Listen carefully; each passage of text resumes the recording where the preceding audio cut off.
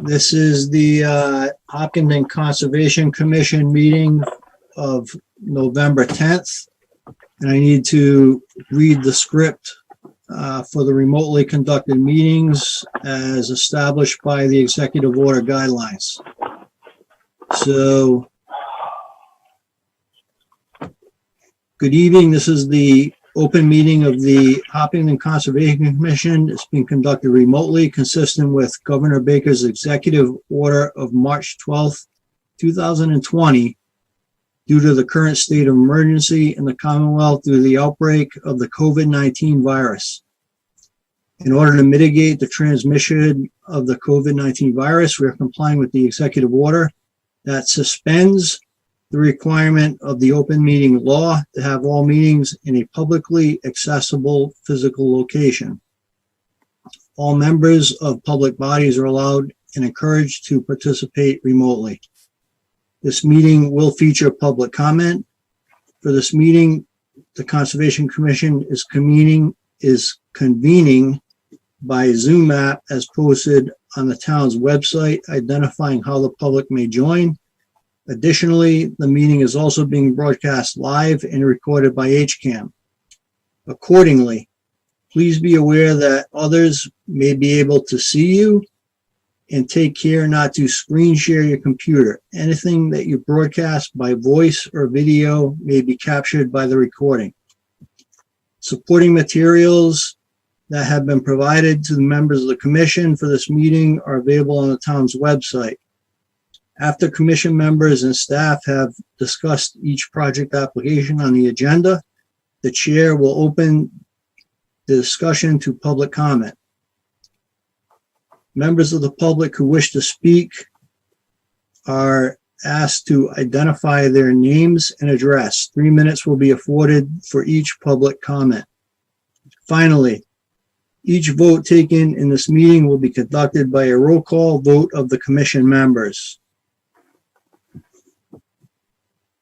Okay, and the only member that, well, actually, I think all the members are present tonight. So Ted was not originally going to attend, but he's here now. So, okay, we have people waiting in the waiting room. So let me just admit them before we get started.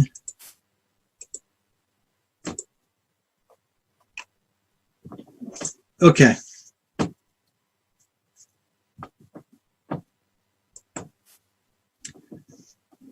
So the first, well, let's go through the work session items initially done. So we have a few documents that were signed at the October 20th public meeting, Churco 147 Lumber, Crosby 407 Wood Street, REC Hopkinton, the second amended order of conditions, and Spiegel and order of conditions. So I think those are all set to go, correct? Yeah, and they've been issued because we met 3 weeks ago. So right, yeah, so we're good to go. Out. Okay. Yep. So there's a couple new applications that have been received. Clero, 0 Hayden Road, notice of intent. And Tarka, 36 Stony Brook Road, a request for a COC application. That's a certificate of compliance. Okay, good. So the draft minutes of August 25th, 2020, did everyone get a chance to review those? Yes. Okay. Can I get a motion to approve the minutes of August 25th? Just a point. Do you have to take attendance? Yes, Janine, go ahead. Do you have to take attendance? I think we probably should. I think the only one who is not present is Carrie at this point. So we'll do a roll call attendance. Sure. That's a good point, Janine. So Melissa, are you present? Present. Carrie? Carrie, are you present? Here. Jim? Here. Ed? Here. Janine? Here. Ted, Present. and Jeff is here. Okay. Thank you, Janine. Appreciate that. Okay, so can I get a motion for the approval of the August 25th minutes, please? This is Ted, so moved. And a second, please? I'll second. Second. That was Ed seconding, and we'll do a roll call. So Melissa, Aye. Carrie, Aye. Jim, Aye. Ed, Aye. Janine, Aye. Ted, Aye. and Jeff is an aye. Okay. Very good. Thank you. Okay. So Don, we have on the work session, Mr. Singh, 42 Greenwood Road, a review of current and past site activity. Is Matt in on the meeting? Yep, Matt's present. All right. I admitted him. And I'm going to recuse myself from this hearing, and Melissa will take over. Sure.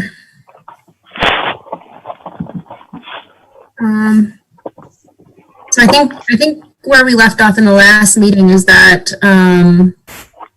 Mr. Singh was going to have his engineer look at the wetland delineation based on our bylaw. So I don't know if he's on the line or his engineer's on the line, if we could get an update on where that stands. I think Matt was out there based on the emails from conservation staff.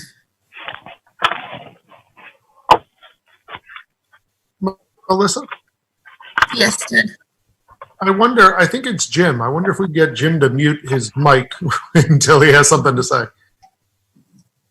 Done. So Thanks, Jim. So I was saying is, Matt, are you on the line? Yeah, I'm here. Okay. I was saying, I think since the last meeting, one of the directives was Mr. Singh was going to have his engineer relook at the wetland delineation or redo the wetland delineation, look at his report based on our bylaw. And I think that was done. And Matt, you took a look at if either the engineer that did the delineation or Matt could give a little overview on that.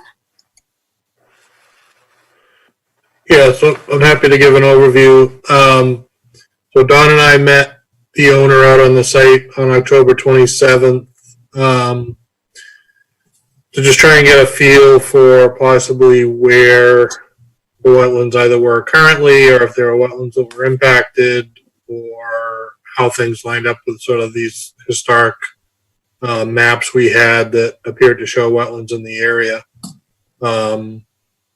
Also sort of to see if we agreed with the owner's delineation report. And what we found out there was it was difficult to assess for a couple of reasons.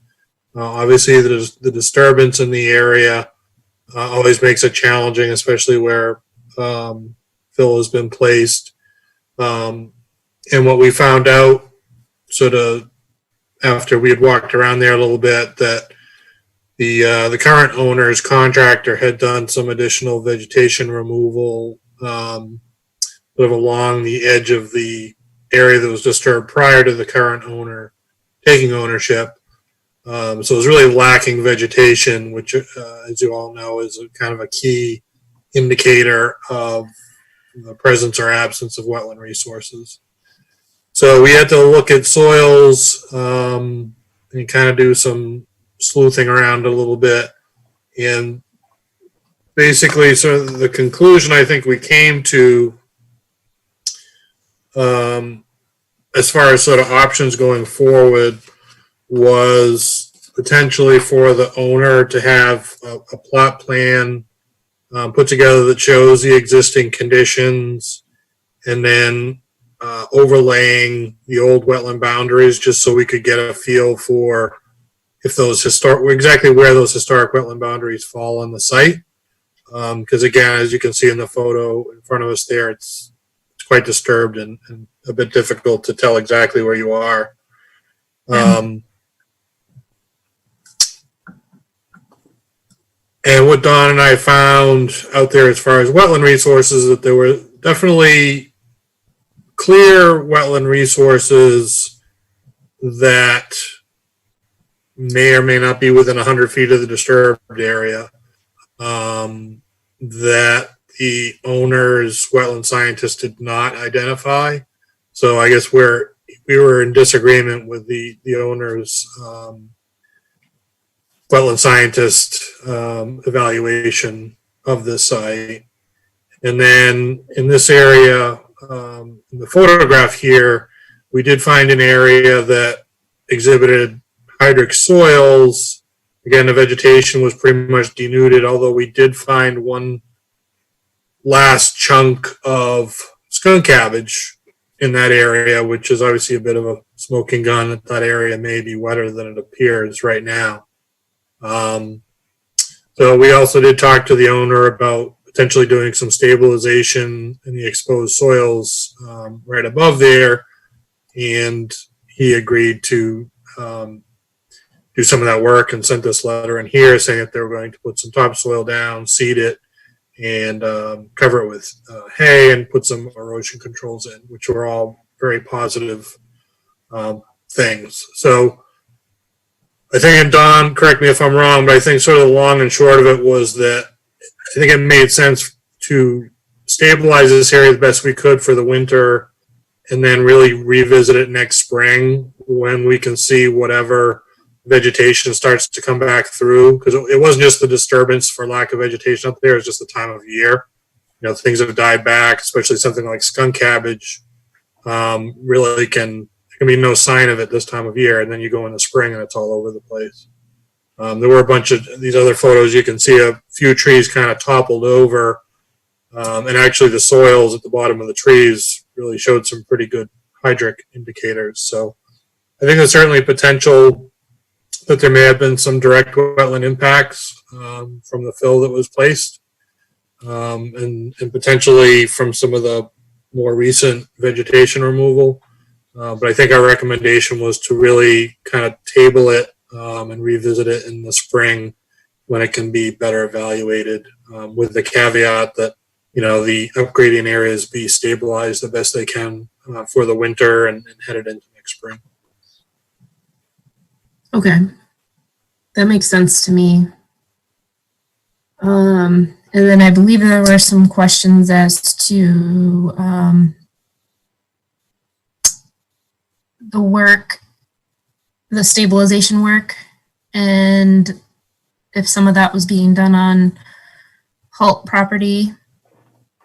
I don't know if anyone from Halt is, or if the property owner, I notified them of the meeting. Yeah, Don, I think Maury did join. I saw him on the, I'm Chuck Daughtry, one of the Halt directors, and you know, can speak to Halt situation if you wish. Sure. I'd like to share any comments or concerns that you have with the stabilization that's going on or been recommended. Yep. As there's been some communication between Maury Gasser and Don McAdam. Maury and I met with the owner a couple of weeks ago now, or maybe more, and showed him where the access road that they're using and some of the boulder retaining wall encroach on the whole property. He agreed that he would remove that material back to approximate original grade as near as it could be determined, and stabilize the area. But we also indicated that this would depend in part on the commission's decision as to its jurisdiction. And obviously that will affect the timing of the work as well. We just want to make sure that ultimately the whole property is restored and stabilized, and how we best coordinate with any restoration work the commission may end up requiring. That's something we want to be a part of the discussion on. That's all. Thank you. Okay. So for now, does that make sense with Holt that we stabilize the area before we get into the winter here and reevaluate the wetlands in the spring and then decide the permanent, how to move forward once we get that wetland determined in the spring? Or were you looking for something for the homeowner? I mean, obviously it would be nice to get the material out sooner than later. Mm-hmm. But if there's a question as to the commission's jurisdiction, and we need to wait, so be it, as long as ultimately the work gets done. If it turns out that work is in violation not just of Holt's property, but also of the wetland regulations, that would be certainly added force to assure that the work gets done. Melissa? Yes. Just to add to that, I think, what we had talked about with the owner on the site was that based on the current site conditions, if the commission said, we want an opinion now, the opinion that I would give now would be that certainly work has occurred within buffer zone, if not within direct wetland resources. And the thought was of waiting till spring, sort of potentially gives the owner sort of the benefit of the doubt to let the vegetation grow in. And if the vegetation comes in to be a predominance of upland species, then maybe there isn't wetland impacts there. But based on what's out there now, if we were to be, if we had to make a decision, we would have to say that there are buffer zone, if not wetland impacts. And with regard to the removal of the material on the Hall property, I would guess it's likely going to line up with potential future remediation of wetlands or buffer zone. So again, if that work were to occur now, I don't necessarily think it's going to adversely impact the wetlands at all. It's really just a matter of sort of how involved the Concom is either now or next spring. Do you think, Matt, removing the material, would it be more beneficial to do it now when the wetlands aren't necessarily fully grown up? And would that give them a better chance in the spring if we were to have the material removed now versus waiting for it all that's potentially buried? Yeah, I mean, certainly if it is in fact wetland underneath some of this filled material, the sooner you get it out, the sooner it can start to recover on its own and can be evaluated in the spring as to whether, it needs any enhancement with regard to seeding or other plantings, things like that. I don't think it would certainly do any harm for doing the work now. I guess it's a question of, sort of is there some enforcement needed from the commission to direct it, where if it was done now, I think we would have to be saying that it's being done within Concom jurisdiction. So it may be, a friendly enforcement or something could be issued at least to start to allow that work to occur without needing a notice of intent potentially. Okay. I think based Well, on that. the owner has assured us that he would do the work to restore the halt land. If administratively, the commission could allow the work to proceed now, that would be fine. I think one question is, given the season, stabilization, would be a little dicier now. And I know they're already loaming and planning on a temporary seeding, since it would take a while more to get the material out of the halt property and the area regraded. And since we aren't quite sure what we're going to find under there, it might be pretty late in the season by the time we got around to stabilizing it. And on that basis, it may be better to wait and do any restoration all at once. It's a good point. Through the chair? Yes, Don. Yeah, I mean, the area's been impacted since 2012. So I would think waiting to, I don't think this is the time to be doing the restoration work. It'd be nicer in the spring if we can get an assessment. And then if we can get because even if we issue an enforcement and restoration order, it's usually based on a plan. Okay, this is where the extent of the work is now, which we don't even know, where those big retaining, the big boulders are. And then a plan would show, okay, this is how much we expect to remove. So we don't even have the baseline to issue an ERO from my standpoint today. So I think it would be better off if we waited until next year and try and do it, in the drier time when we'd have the season for stabilizing with seed. Okay, Melissa, that's a good point. Dave Goldman, Yes. point of information, does this commission realize that they have a conservation restriction on the halt properties up there?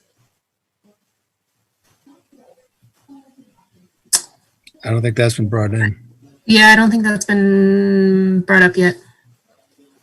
But is the commission aware of it? You're Yeah, making us aware now. Yeah, now. That's why I'm bringing it up, Don. All right. I can give you the book and page number at your leisure when you have some time. Sure. Yeah, if Don can, We'll be able to look it up. can send that around to the. I can board. send it to you, Don. That's right. It'll be in the commission's records. In the middle of the meeting, I'm not going to look up right now, but Well, it should be. when the meeting ends, I will dig it up. Okay. Just wanted to put that in. Okay. Are there any other comments from anyone on the board? Thoughts? Yeah, this is Janine. Just that, I agree that seems like it may be a big project, that it would probably make sense to wait till we can assess the whole property and determine one plan instead of doing some of it now and some of it later. Mm-hmm. Okay.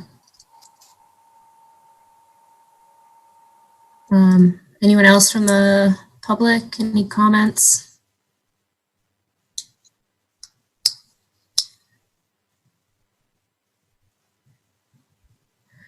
Okay, so Don, do we have to do anything formal to go down that route of,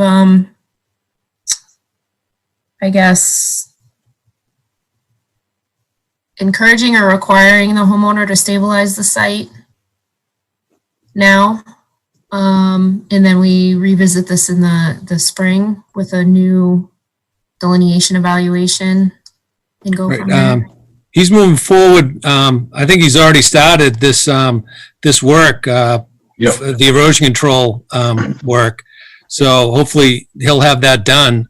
And then we would just request if he could put together a survey plan showing the existing conditions and overlaying those with the old delineation.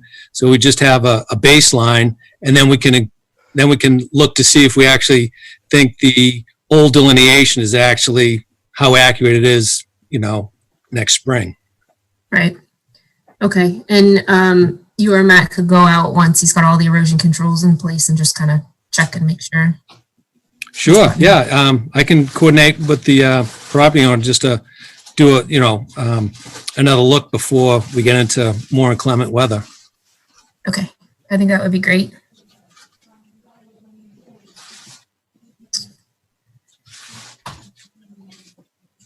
I think that's it. I think I can turn it back over to Jeff. Okay, thank you, Melissa. I appreciate that. So let's move on to our regular agenda items. So we have Morrison, 1 Piazza Lane. It's a request for determination of applicability. This is a continuation.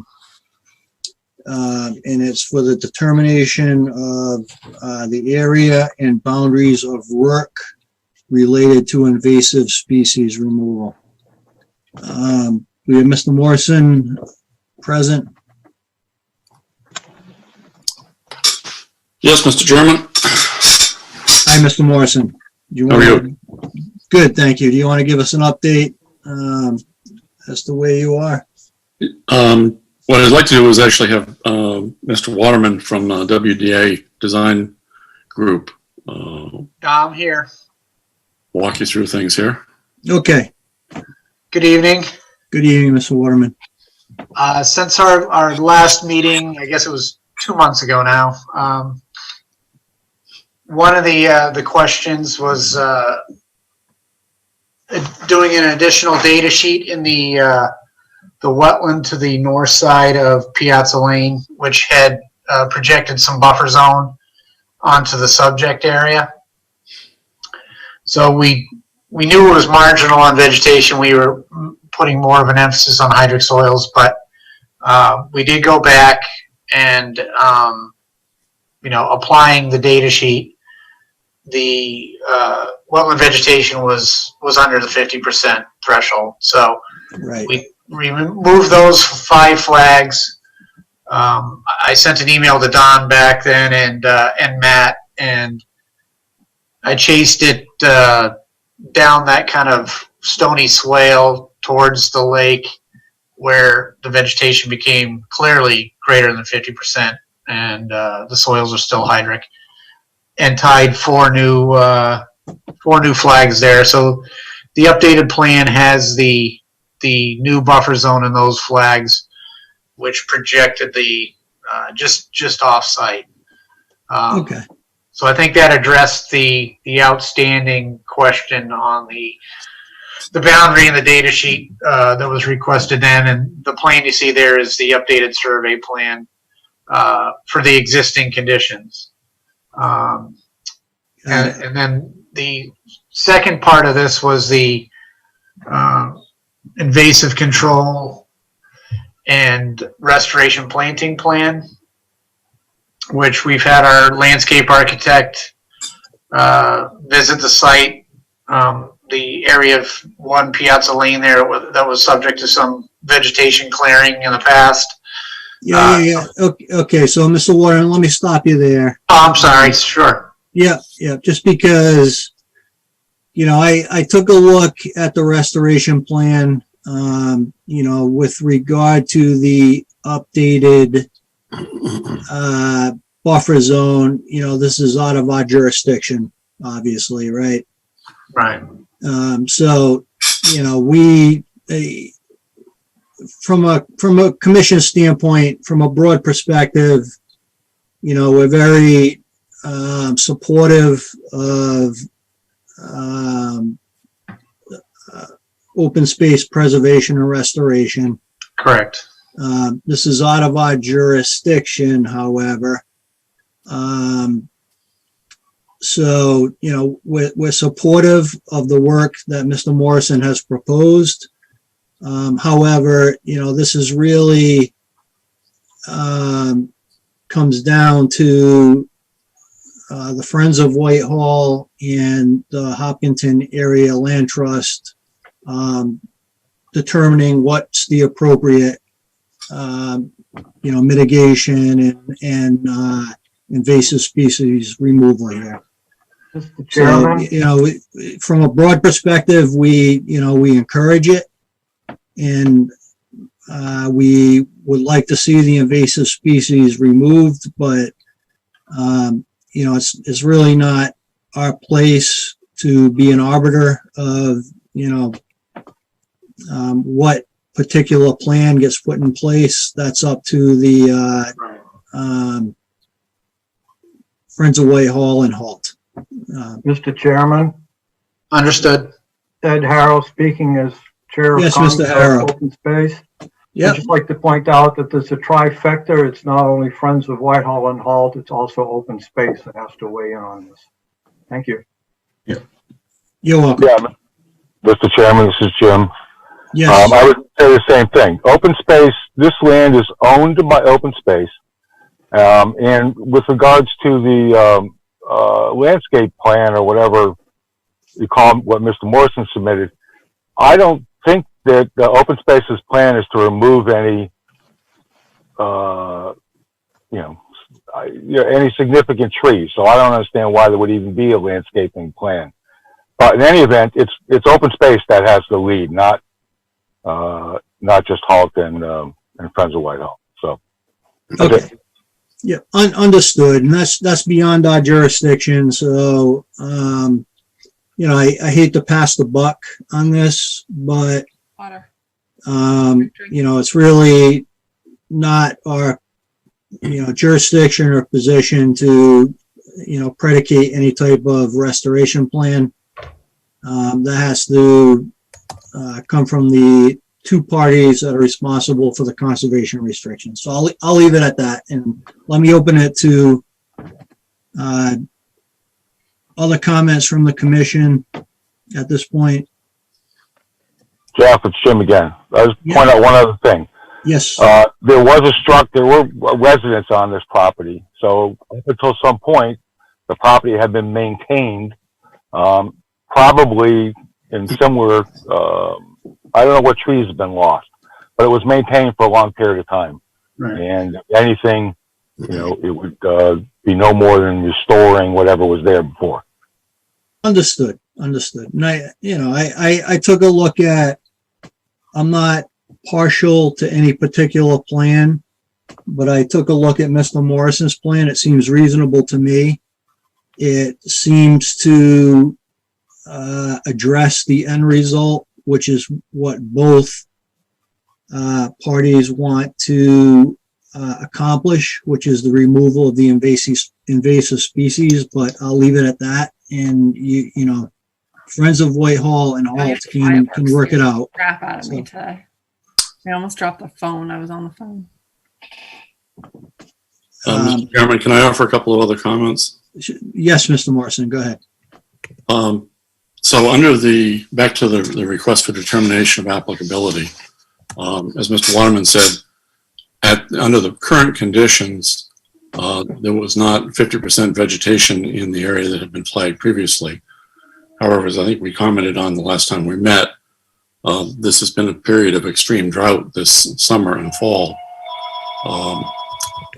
And what I would like to suggest is, as was just noted on the Greenwood Road property, there can be no sign of wetland species at this time of year, and yet if you go back in the spring, there can be considerable wetland species under different growing conditions.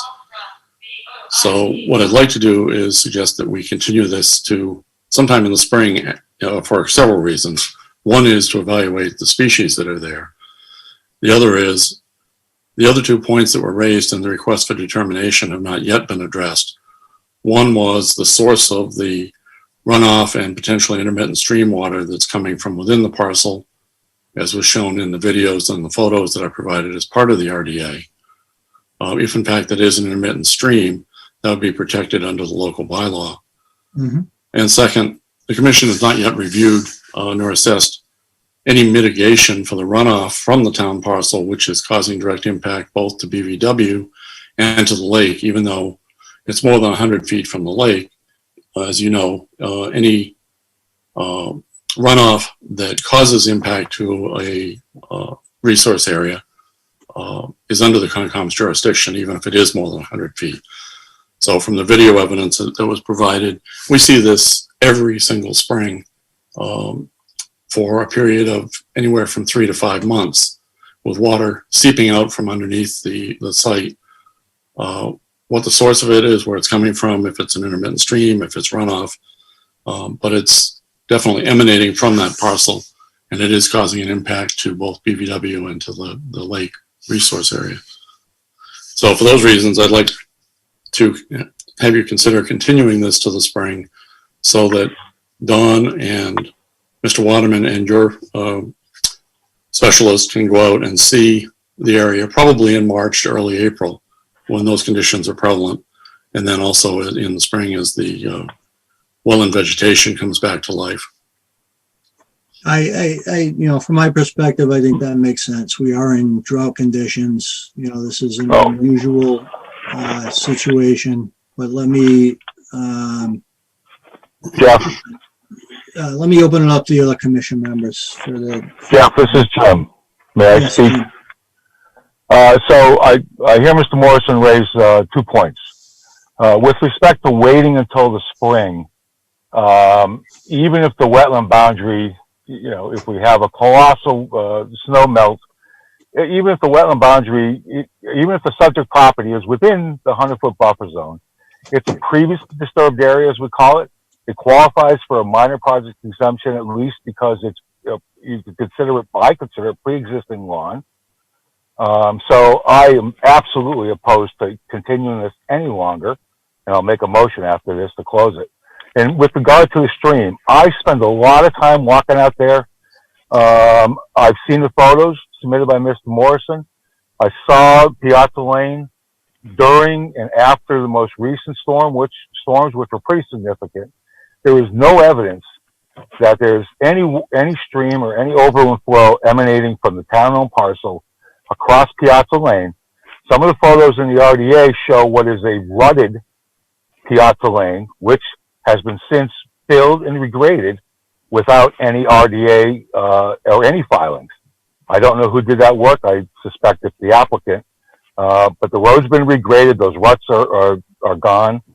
There's no evidence of any overland flow, and I think waiting for that is not appropriate either.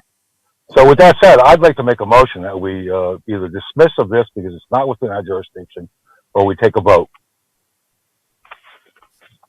This is Ed Harrow. I second the motion. If you entertain a motion.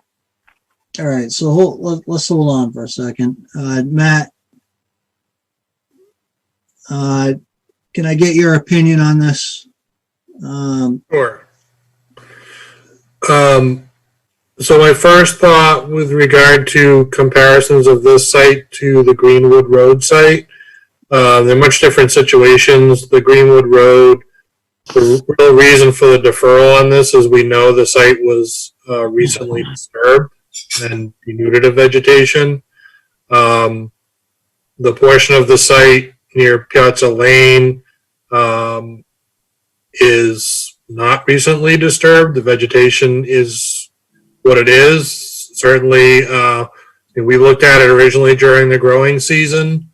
Might there be other herbaceous species that come up in the spring that could impact the evaluation? I suppose it's possible, but if you were asking me to evaluate this in the middle of January with 6 inches of snow over it, I'd probably agree that it would be best to defer. But based on the time of year we looked at it and what we saw, I'm comfortable with the revised delineation that Mr. Waterman put out there, and I don't see a great need for another look in the springtime. And with regard to the presence of an intermittent stream in that area, during my inspections out there, I saw no evidence of an intermittent stream, and I presume if Mr. Waterman did, he would have flagged it as such. Correct. I saw no indication of a scour channel revised, a bank supporting that. I don't doubt that, given the kind of hard pack, if you will, of Piazza Lane, that water that may break out off that hillside does run down the road and probably does pond in the low areas. But we did not delineate an intermittent stream within 100 feet of this particular area. Yeah, so I,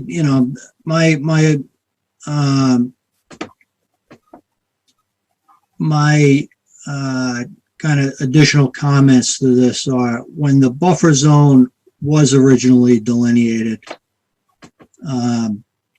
before it was revised, it only impacted a small area of the work that's being proposed here. That's correct. And it was really bittersweet removal near the gate, and then, some conservation mix being added to the field, the meadow that's there. So my sense is,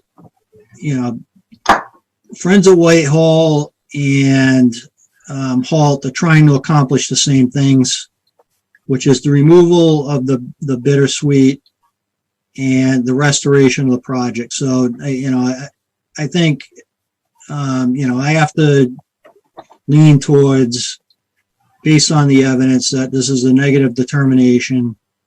And, hopefully the two parties who are the, grantees of the conservation restriction here can come together and work this out together, without the Conservation Commission, really weighing in on it. So, are there any comments from the public at this point? All right, so can I get a motion to issue a negative determination on the request for determination on this project, please? So moved. So we have Jim in a second, please. Ted, second. Ted, a second. All those in favor? And we need to do a roll call. Melissa?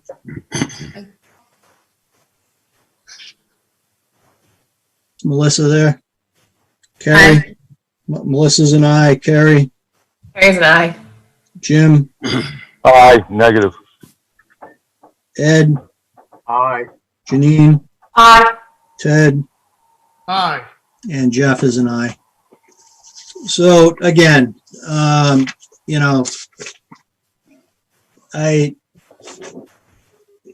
just hope that this is, to me, seems like a pretty straightforward project. It's just two parties that need to work together for the same objective, and hopefully Friends of Whitehall and Halt can come together and work together to get this done. Okay? Mr. Chairman, can I just ask a process question? Yes, Mr. Morrison. My recollection is that, so you will now prepare the document and probably sign that at your next hearing, is that correct? Yes, that's correct. And if I could ask for for Don as the agent to send me a copy of that electronically as soon as it's done.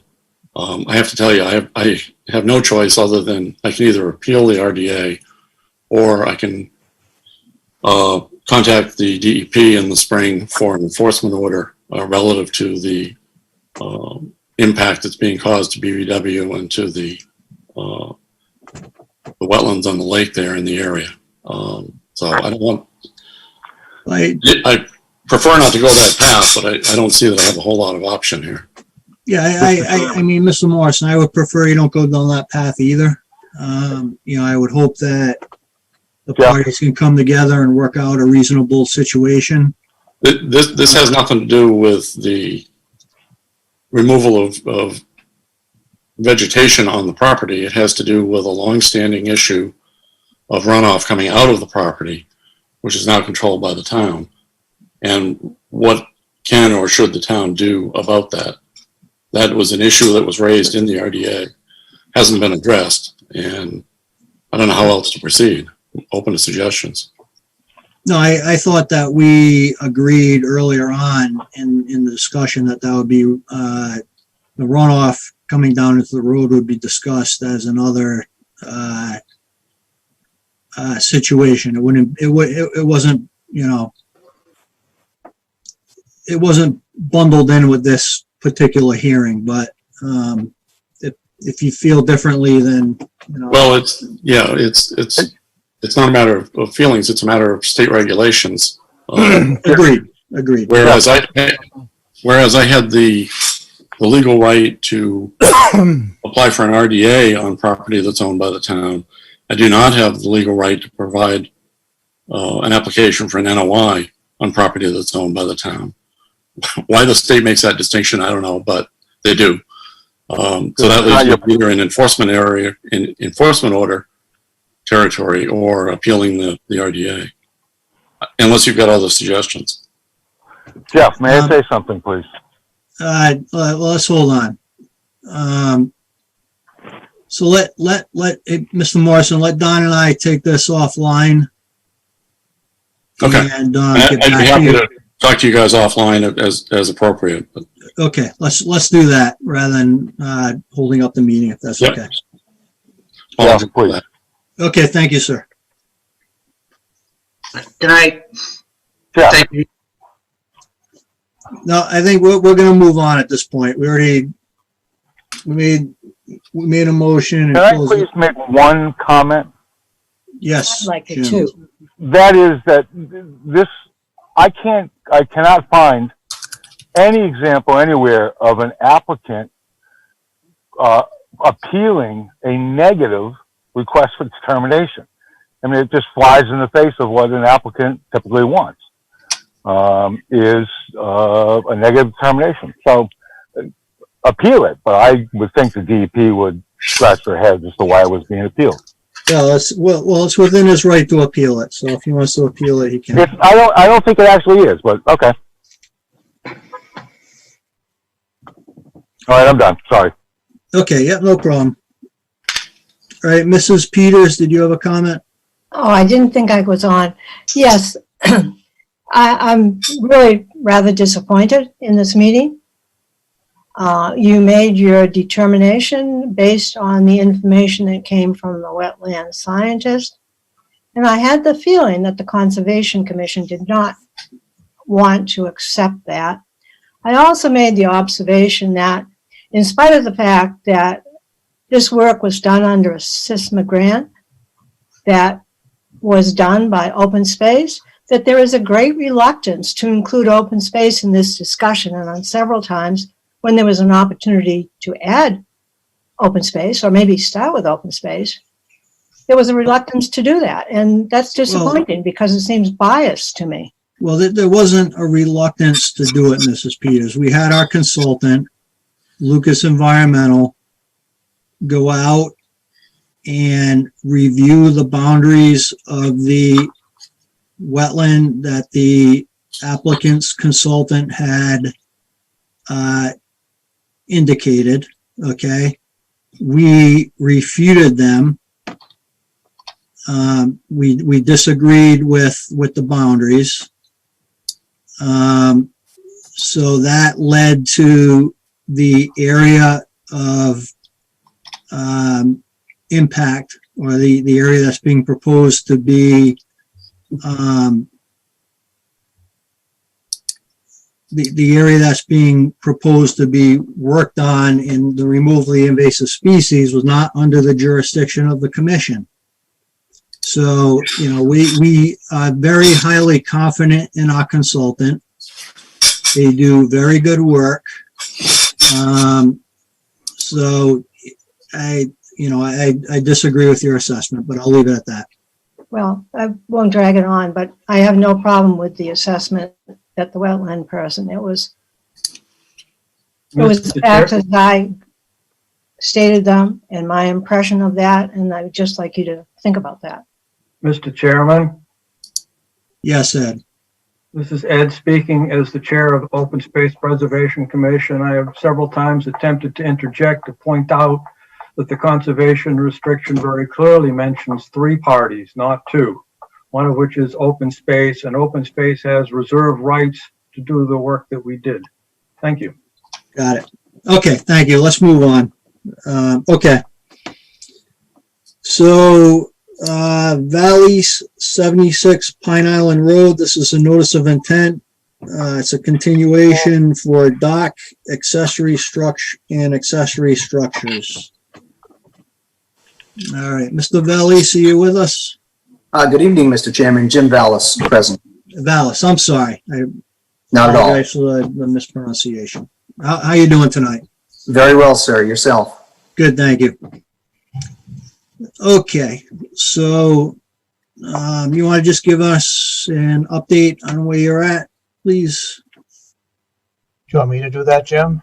Please, thank you, Bill. Bill Halsing, land planning for the applicant. Yes, Mr. Halsing, how you doing tonight? Good, how you doing? Good to see Good, you thank you. folks. Since our last meeting, I believe there should be the final item we had to work on this project was to put some sort of protection in place so sand from the beach would not go into the lake. So what we're proposing, if Donna can just kind of slide up to the upper corner in the detail, is a granite curb that'll have about a 3-inch reveal on the upland side. It'll be about 2 feet off high water, so any sand will not erode into the lake. And it'll go from retaining wall to retaining wall, so that should close that off pretty well. Okay. All right, that's good. So so there's no sand beyond that in the lake, is that correct? So everything's pulled back? That is the plan, yes. Okay. And there's enough reveal on the curb, so even if a little sand builds up, he can easily clear it away. So there's a little safety factor in there too. Okay, good. All right. And have you gotten any feedback from your Chapter 91 application? We have not got the application in as of yet. Okay. I believe that's going to be part of one of the conditions. Okay. All right. So, Matt, can I just ask you to provide any comments that you may have at this point? Yes. My only comment / concern on the proposed retaining wall situation for the beach area is, and I think the applicant had put that in really at the suggestion of the commission to a certain degree, is that basically this kind of closes off the entire site from the lake with retaining walls. At least based on the plan, it doesn't appear as though there's too many areas where wildlife could potentially enter the site from the lake. And I'm primarily thinking of turtles. And I don't know if the homeowner has any knowledge of turtles using the lawn area for nesting habitat at all. But that would really be my only concern that I'll throw out there for discussion, is to whether, we're potentially cutting off a route for turtles to be nesting on the site.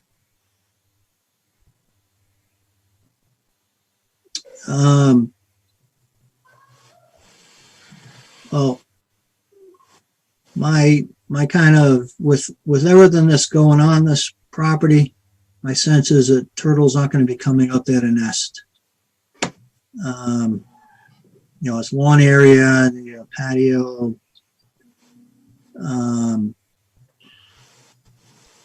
I think the site is pretty much well developed.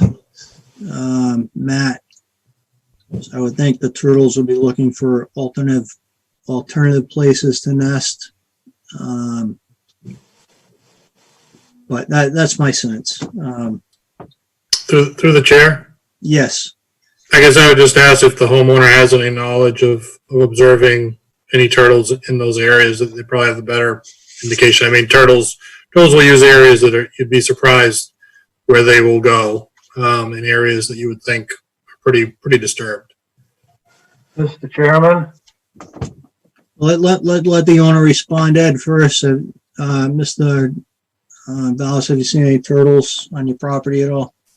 We have not, sir. Okay. Ed, go ahead. It is interesting that turtles, I've talked a fair amount with David Paulson. He's a Mass Wildlife guy because of my interest, as you know, with turtles. It is not known whether turtles are like salmon that return to the place that they were, in the case of a turtle, pardon the expression, laid, or not. But I can tell you that we get them in our yard. we get them digging in the grass. The evidence of civilization does not seem to bother turtles very much. Okay. All right. Okay, let me open it up to other comments from commission members.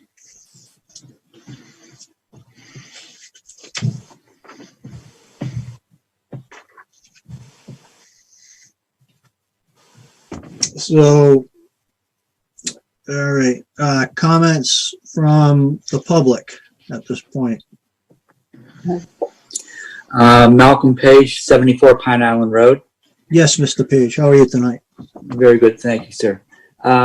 My comment is, and it was raised last time at the last hearing, was the actual size of the dock, the overall length and width. I know that we have, there was a square footage that I saw somewhere of around 300 square feet. Right. So Matt, is that's more under the Chapter 91 purview rather than the commission's, is that correct? Well, placement of anything in the lake is potentially alteration of either bank along the edge or land under water bodies and waterways in the lake itself. So certainly in your purview to discuss that, to understand the size of the impact for impacts to land under water bodies and waterways or bank, and reviewing the performance standards to make sure that the performance standards are met and that a negative impact is not occurring. So certainly in your purview, certainly also within Chapter 91's purview, but I think your consideration will be limited to an evaluation of the performance standards for land under bodies and waterways. Okay. So what's the, Don, can you go back to the site plan, please? So it's 500, so it's 570 square feet, is that correct?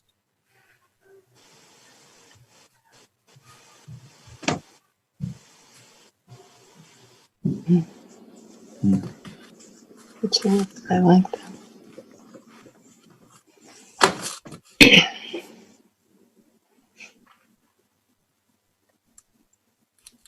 All right, and back to the site plan, Don, please.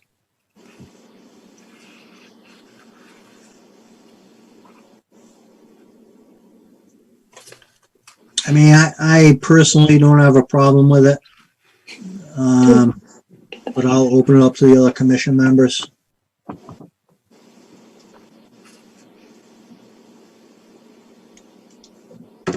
My sense is that's not going to have a substantive impact on the ecosystem, with the size of the dock being put in. Through the chair? Yes. Jeff, if you'd like, I can just quickly go through the general performance standards for land under water bodies and waterways, so you can kind of evaluate if any of those are being impacted or not. Yeah, that'd be helpful, Matt. Go ahead for the other commission members too. Yeah.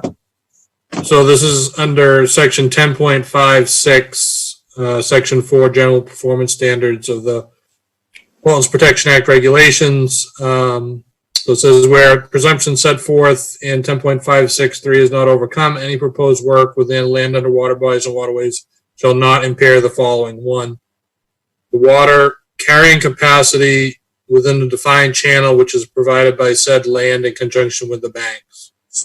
So that's, that you're not essentially displacing water. 2, ground and surface water quality. 3, the capacity of said land to provide breeding habitat, escape cover, and food for fisheries. And 4, the capacity of said land to provide important wildlife habitat functions for project or projects on a single lot for which an NOI is filed on or after 1987 that cumulatively alter up to 10% or 5,000 square feet, whichever is less, of land in this resource area found to be significant to the protection of wildlife habitat shall not be deemed to impair its capacity to provide important wildlife habitat functions. That's basically saying as long as you're under 5,000 square feet, the presumption is you're not impacting important wildlife habitat functions. Right, so we're under 5,000 square feet here. Yep. Correct? So, okay. And I know the location of the house, there's a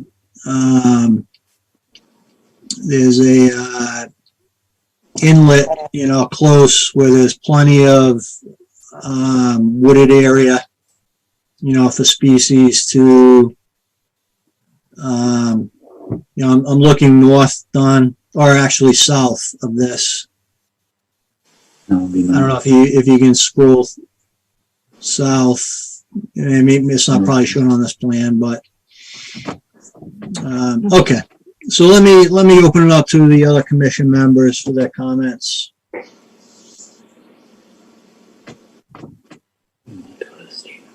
I don't want to. Jeff, through the chair. Yes, Ted, go ahead. I just wanted to make sure I heard something correctly with regard to the beach that was made, that the plan is, or maybe it's already been done, that not only would there be a stone granite curb, but that the sand has been pulled out of the lake, that it had gone, it looked like from photos, the sand was going into the lake that was laid down. Has that been cleaned out, or are we just putting a curb there and letting what was there sit? I just want to make sure I'm clear on that. I think the applicant had agreed to pull all the sand behind that barrier. Is that correct? That is correct. And the water has receded now, probably a good, at least 10 or 15 feet back. So there's no sand touching the water. Okay. All right, good. And I'm sorry to belabor it. So there's no sand touching the water when the water's receded. When the water returns, the sand that you put down, will it be gone? I don't know if I'm being clear. If the water's receded, of course it's not touching the sand you put down. When the water returns in the spring and summer, will the sand you laid down be removed so that it's not in the lake? Yes, it would be inside that granite curb. That's correct. Right. Thank you. I just wanted to be clear that that's what was going on. You are very welcome. Okay. All right. So I think we're good with this. So Mr. It's Vallis, right? Vallis? Yes, sir, Mr. Chairman. Okay. So, just going forward, I hope you realize now that, any more work that you want to do on your property obviously has to come before the Conservation Commission, correct? We do. Thank you. Okay, good. So, a lot of the work that you did is an after the fact approval. But, we appreciate you working with us. I think a condition that we will have is that, when you get the Chapter 91 approval for the docks, that you provide that to the commission. That's obviously out of our jurisdiction, but we would like you to copy us on that. And again, if you're doing any more work at the property, if you can just please, notify us prior to doing the work. So, okay? Certainly. Okay, thank you. All right, so if I can get a motion to close and approve the notice of intent for 76 Pine Street.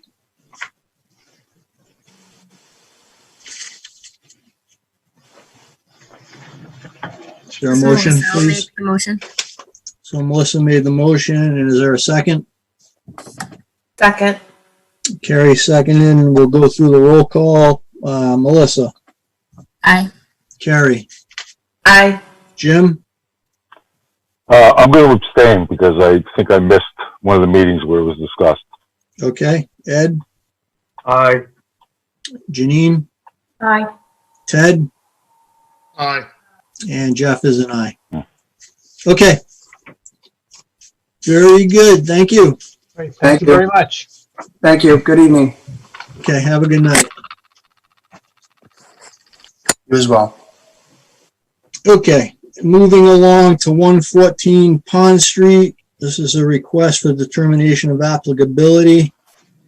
And Don, while you're getting this pulled up, I'm just going to take a quick bathroom break if you don't mind, okay? Wait, you didn't raise your hand.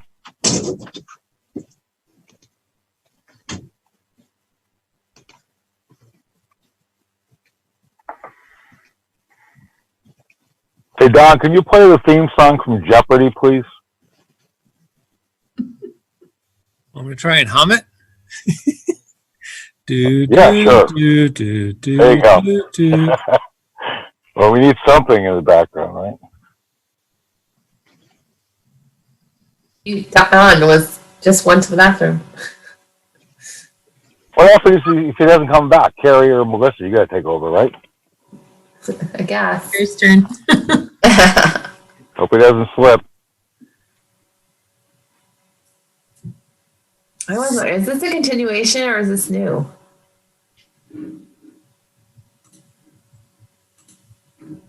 Can't tell. This is going to be a new one. We're going to read. So we could read it. Yeah. Who'd like to jump in? It's right there. Let's see if I can get it. I'll read it. Let's see if I can bring it up. Okay. Yeah. All right. You guys ready? Oh, no, don't move it. All right. The Hopkinton Conservation Commission will hold a public hearing on Tuesday, November 10th, 2020 at 7 p.m. virtually online to hear all persons interested in a request for determination of applicability filed by 114 Pond Street Realty Trust for site work associated with the construction of a single-family house. Location 114 Pond Street, Assessor's Map R22, Block 143, Lot 0. Thank you, Carrie. Ha, see? I'm Now he's back. back. You want to continue? No, you got it. All right. You sure? I just didn't want Don to keep humming, so yeah. All right. Okay. Thank you, Carrie. All right. So we have Mr. Marco on the line. Oh, Mr. Gassett, I'm sorry. Yes. Hi, Brian Gassett. Hi, Mr. Gassett. How are you tonight? Very good, thank you. So, after our last meeting, the board allowed me to remove 5 trees that were within the 100-foot buffer, which was basically across the street from the wetlands on Pond Street. Since that meeting, you allowed me to remove the trees, so in order to make way for the foundation. Matt went out to the site, and I was able to meet Matt out there, and he did his inspections all around. So we discussed what I felt would be in the best interest on that lot, and we figured on the rear of the lot, we would put some silt fence outside the 100 just for protection, which is the back part of the lot, the lower end of the lot. And on the front, where we did remove some trees, we're going to try to keep that area natural and just replace a few trees that are, native species to the area. Right. So I think what we agreed to last week was the few trees that you needed to remove, up in the front portion of the parcel would be replaced with some native species, right? Correct. So I think everything else is outside the buffer zone. This looks pretty straightforward to me. Matt, did you have any comments, concerns?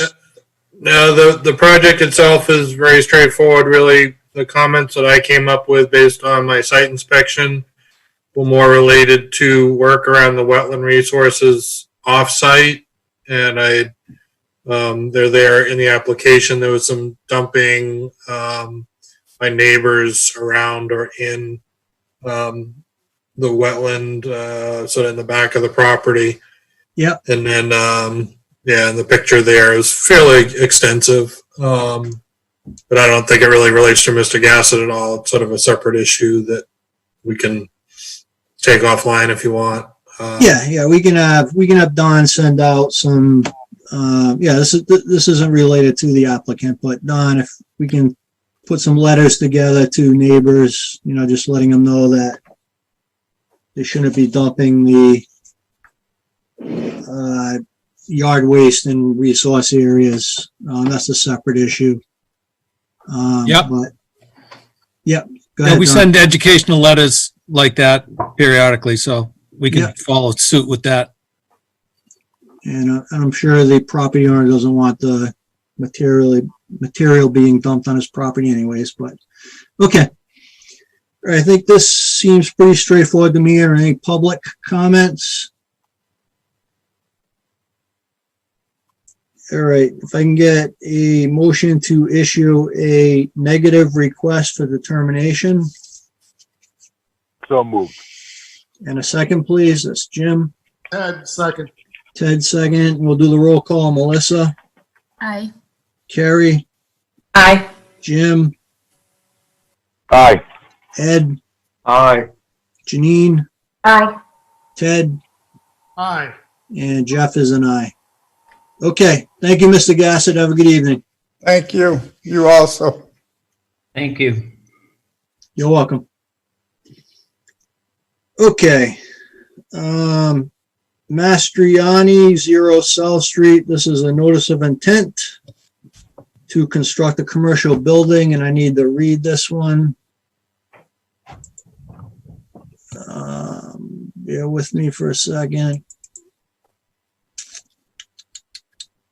I get it on the screen if you need it, Jeff. Oh, okay, good. I was just looking it up. Hopkins Conservation Commission will hold a public hearing on Tuesday, November 10th, 2020 at 7:00 p.m. virtually online to hear all persons interested in a notice of intent filed by REC Hopkinton LLC for site work associated with the construction of a new commercial building. Location 0 South Street, assessors map R29, block 7, lot B. And Good evening, we Mr. have Chairman. Bowler Engineering with us. Yep, Scott Goddard from Goddard Consulting and John Cusich from Bowler Engineering. Also, Kathy Sherry from REC Hopkinton is on the line as well. Okay, how are you doing, Mr. Goddard? Good, thanks. So we submitted a plan earlier today with the graphical representation of the project to Don, and assuming that I'm not able to share my screen, if Don can share his, that'd be good. Perfect. All right, so the wetland scientist on the project, John Cusich from Bowler Engineering, is the civil engineer, and Paul Mastriani and Kathy Sherry from REC Hopkinton represent the applicant on this project. They are, REC is in fact the owner of the property. This is a parcel of land that's currently vacant. It was the subject of an ANRAD not too long ago, so we did go through the process of confirming all wetland resource areas on the subject parcel. Yep, that's a aerial overview of the site. So it abuts Route 495 there to the right. There are existing buildings to the north and to the south along South Street. And so this is a vacant parcel that's sort of sandwiched in between the two. What you can see from this map is a small little, it shows a blue line on there, which would more depict as typically an intermittent stream. What we know from the ANRAD is that there's not a stream there per se, it's more of a wet swale that goes through the property, exactly, right through there. So this map's probably the best one to leave up now moving forward. So now moving ahead with the ANRAD, we're looking forward to presenting this notice of intent submittal to the board. The wetlands are shown on this plan surrounding the work area in that dashed dot line of BVW, yep, right there. So that's all bordering vegetated wetlands. So it's pretty much a large wetland system there to the south or to the right on this plan. And then where Don was just highlighting is a small intermittently flowing of water, kind of swale that runs across the front of the site. It originates at the left side of that property, just off site, and then flows to the right or to the south. What this map doesn't show particularly well is where the property line is. Don's cursor is right along approximately the property line. So the property line runs up and down right there, so it cuts off the tip of that wetland, and there's actually a portion of that abutting lot, parking lot, that comes onto the site. We show that more clearly on the actual civil site plan that was submitted with the notice of intent submittal, but we do have some pavement on that adjacent property on the parcel. You can't see it too well on this because it's shadowed by the tree overhangs. So the property is slated for a single commercial building with surrounding parking and access, with full compliance with stormwater management, with buffer zone setbacks per your bylaw. The tricky part with this property is that it has an access issue in that we don't have access to the usable or buildable portion of the upland without having a wetland crossing. So the goal here is to figure out what's the best way to get into this property and to utilize the property. So what this plan shows also fairly well are the setbacks, right? So these yellow lines going around the wetlands is 50 feet, 75, and 100 foot. So just keep that in mind as we talk through it. So down at the bottom of the property, you see the access road coming in off South Street. That access road is sort of hemmed into that location because to the right of that immediately, there is an existing stormwater basin that is handling a significant amount of runoff from surrounding properties in the street of South Street. So we have to go there to the left because going to the right would require a much larger wetland crossing. We have sought the possibility of going in through some kind of shared access on the adjacent property to the left or to the north. The property owners there did not want a shared access through their property and were not willing to grant that to us for potential access that would go around the wetland nub. So that forced us to sort of look onto the site and therefore narrowing the amount of wetland impacts. So as our driveway comes in, we have to enter into the buffer zone, right? The 100 foot right off the street, 75, 50. And then we go through a small wetland crossing that's minimized by the use of retaining walls. The width of that roadway is set by the planning board, which that process is underway. It hasn't been before the planning board yet, but that's coming up shortly. There will be some temporary disturbance to the left and to the right of that crossing, but that wetland impact is, let's call it roughly 1,300 square feet, another few hundred square feet of temporary crossing on both sides. So that's a fairly minor crossing, well underneath the 5,000 square foot threshold typically considered by the Wetland Protection Act. And we believe the project can comply with the standards such that it doesn't need to be a limited crossing per se. And what I mean by that is we can provide wetland replication at a minimum of 1-to-1, and in this case we do a 2-to-1. Well, that's quite 2-to-1. We do a 2-to-1 of BBW, more than that, but we do a 1.5-to-1 of all wetland impacts. And that comes evident when I get into the next area of relevance to the Conservation Commission, and that is if you follow that driveway up on your screen, which would be to the eastward direction, you come across that isolated vegetative wetland area. That area is proposed to be altered in its entirety for this project. To remind the Commission what that area looks like, at the time of the ANRAD, it was not flagged initially. There was a significant amount of discussion between myself and Matt about whether or not anything there existed in the first place. There's a very marginally wet area that collects some surface runoff from the adjacent parking lot, that parking lot to the north. And so you have sort of a shallow depression that has some marginally hydric conditions. I would call them very barely hydric soils, and it's dominated nearly exclusively by European buckthorn. But it's more or less a makeshift stormwater management feature for that adjacent parking lot. So we believe that it offers very limited functions and values under the Hopkinton Wetlands Protection Bylaw in terms of something that should be protected. Instead, we're going to propose mitigation at a greater than 1.5-to-1 ratio that would provide higher habitat and function values than currently exist.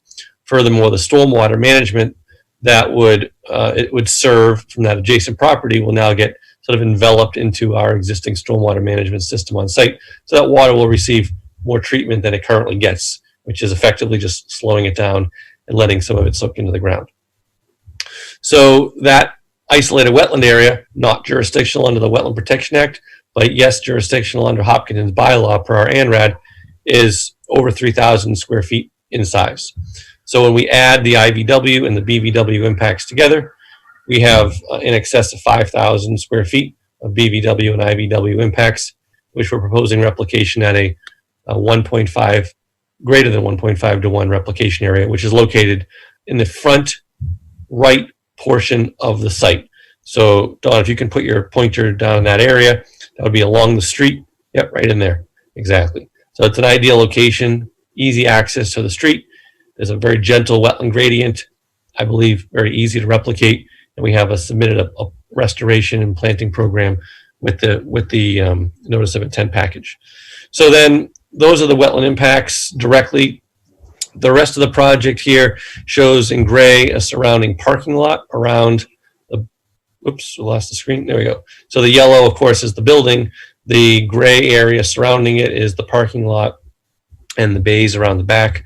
So the planning board will be reviewing all the site layout, parking requirements, lighting requirements, traffic, etc., like this. Stormwater as well. We do have a stormwater component in this project, of course, and our stormwater basin is located at the bottom right-hand corner of the parking lot, and the northern corner. There you go, the northern corner of the parking lot.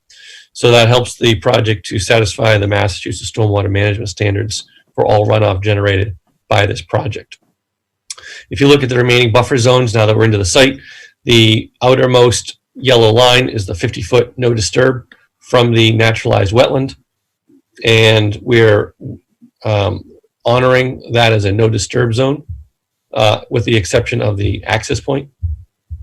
And then the 75-foot zone, which is the next most inward line going around the site, that is proposed for no parking. So if you notice, if you follow that line, there's some minor grading and landscaping that will take place in there, but none of the parking lot or pavement per se is within the 75-foot no structure zone.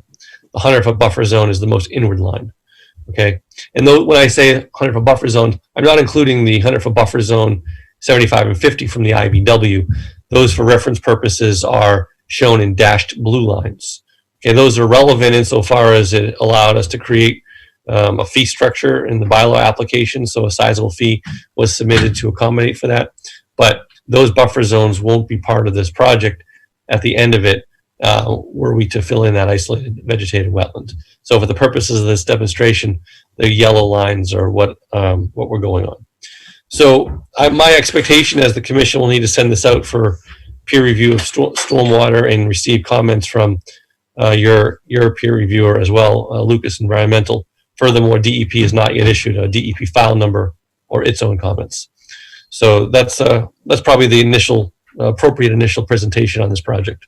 No, that sounds good, Mr. Goddard. Thank you. And you're correct. So, Lucas Environmental needs to take do their review of this. Planning board, I think, is being presented with this project on December 7th.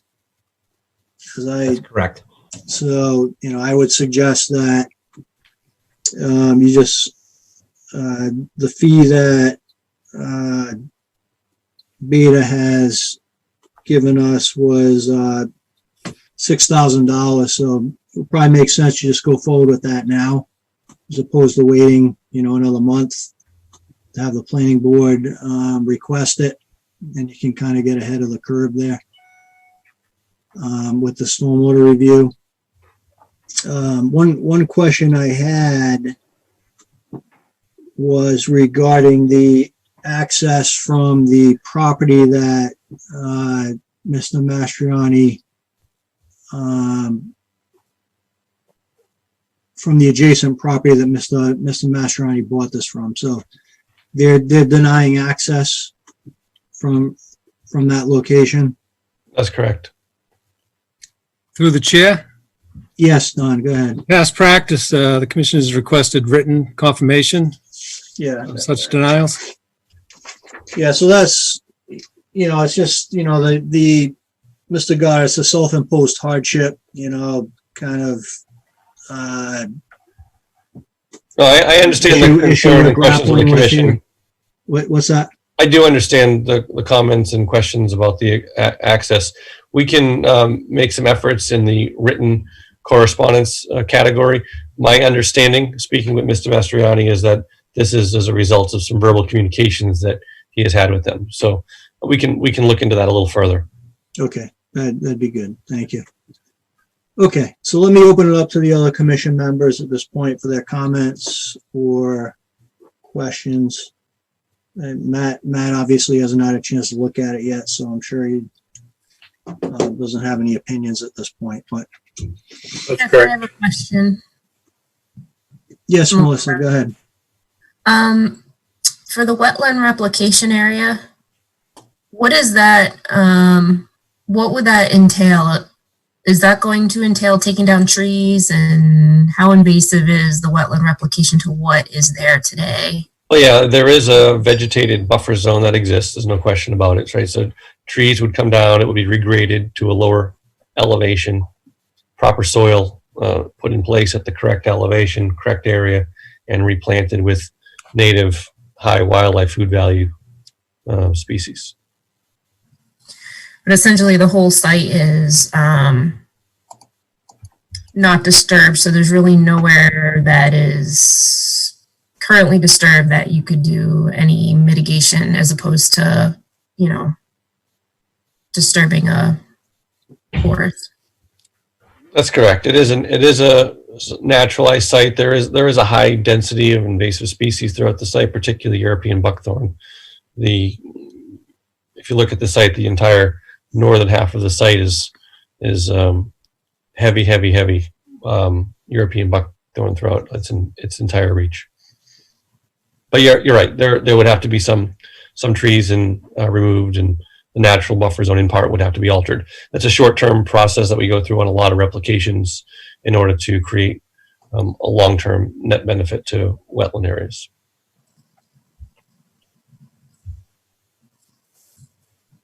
Yep, that's what it looks like now. Okay. Any other questions or comments from commission members? Through the chair. Yes, Ted, go ahead.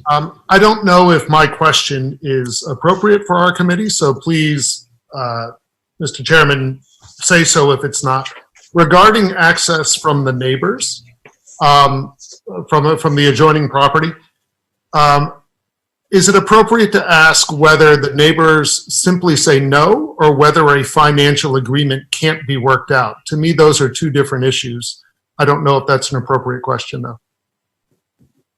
No, I think that's an appropriate question. I mean, the owner of the property, Mr. Mastriani, bought it from the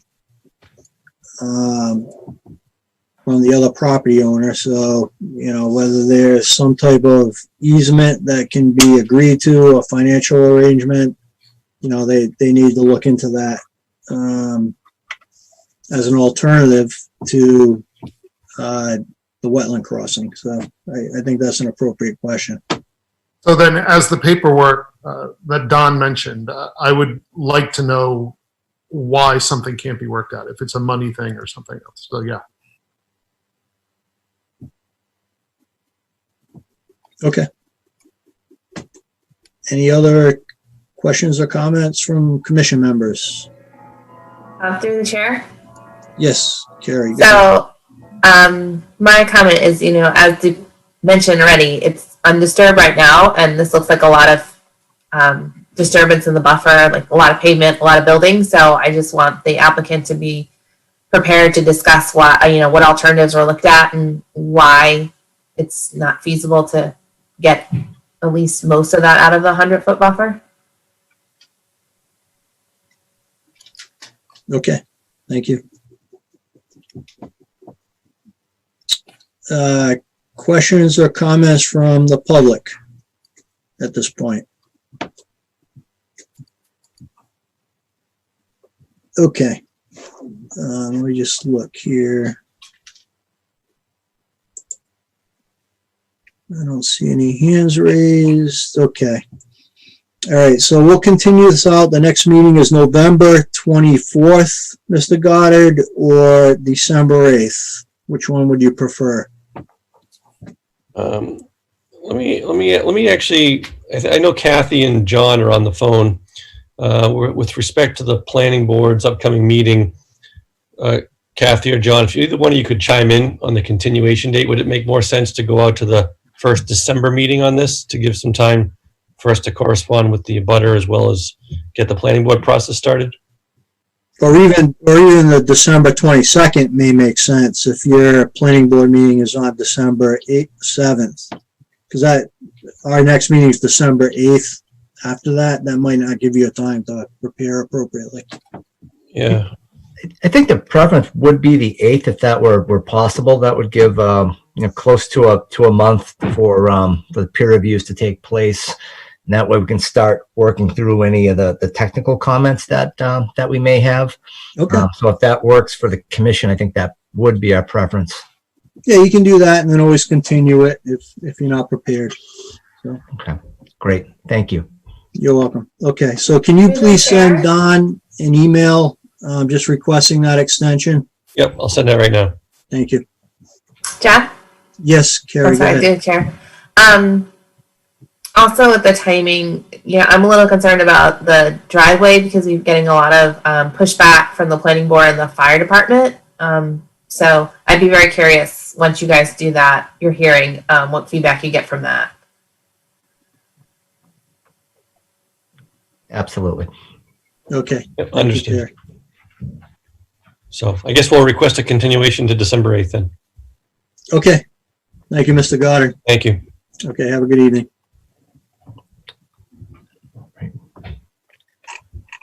Thank you. Okay.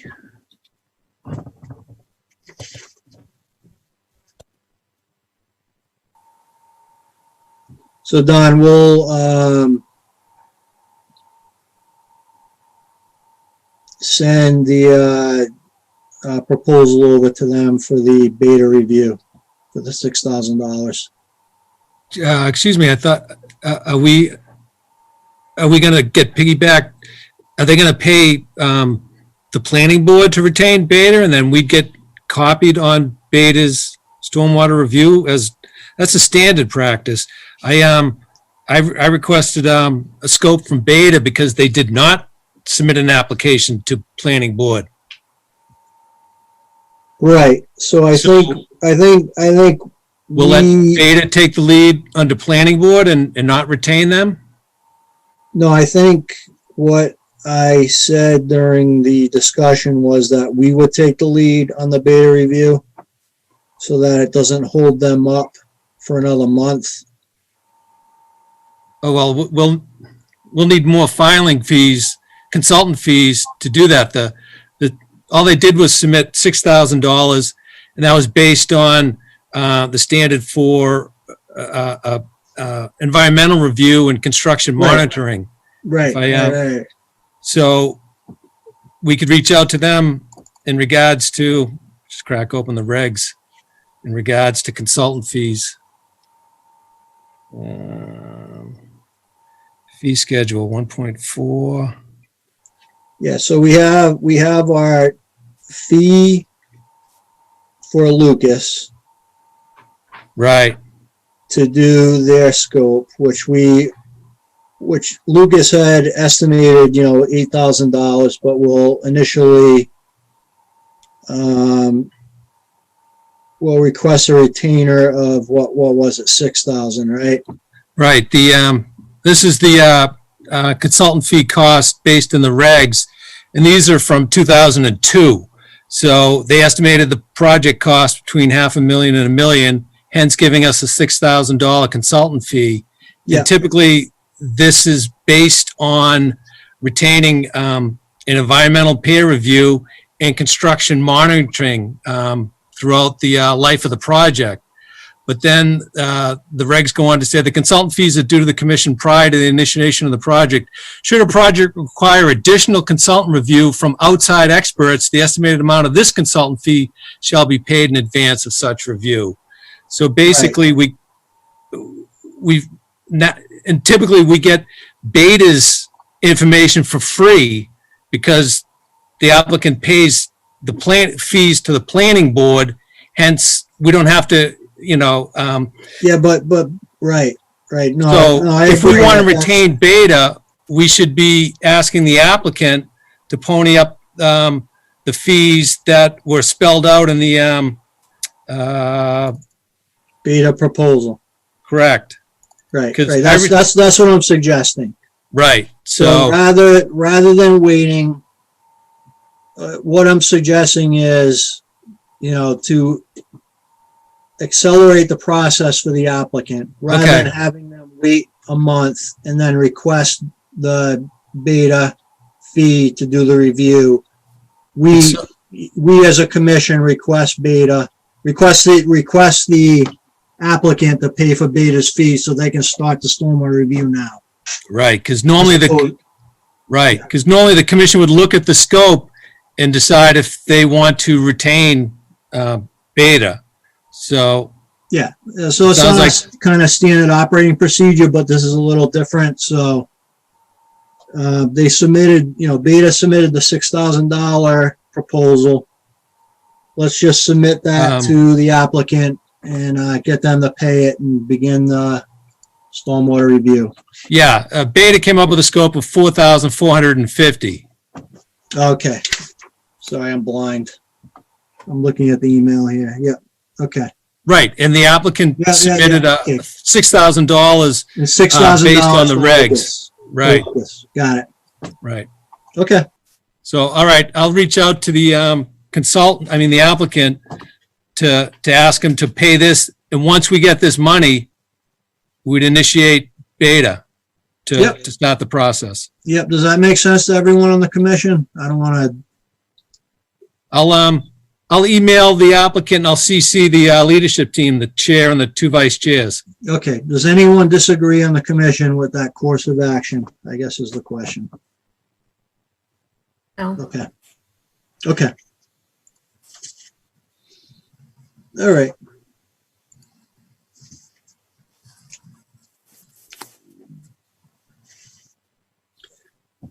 Okay, Don, so are you ready to move along?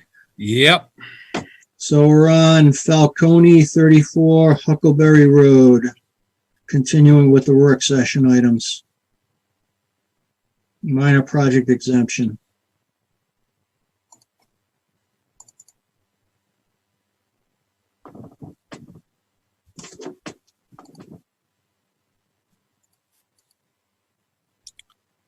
So, this is the, it's been a while since I was out there. So I was out there in September. They were proposing to remove trees on the site. A couple of them we had, but a lot of them were, as you can see, live healthy. They were nervous because they were within striking distance of the home. So did you go out and assess the situation?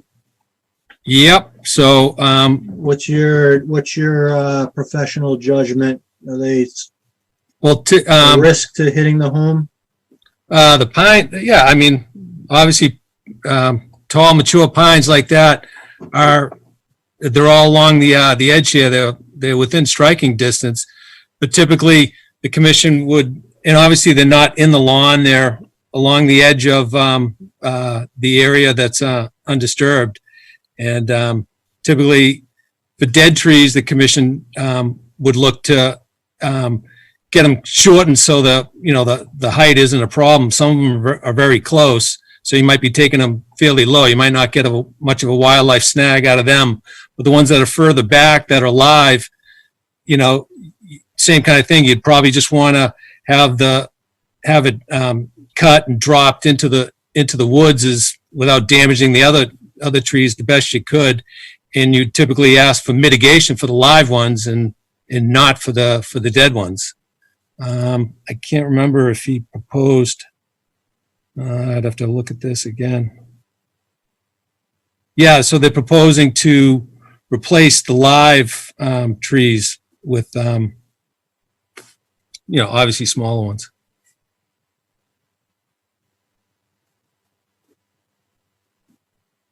Mm.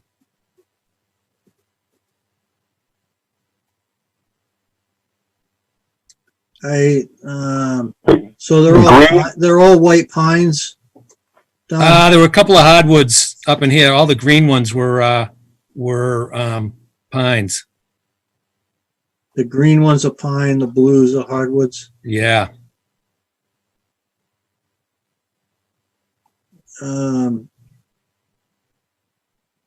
Hemlock out front.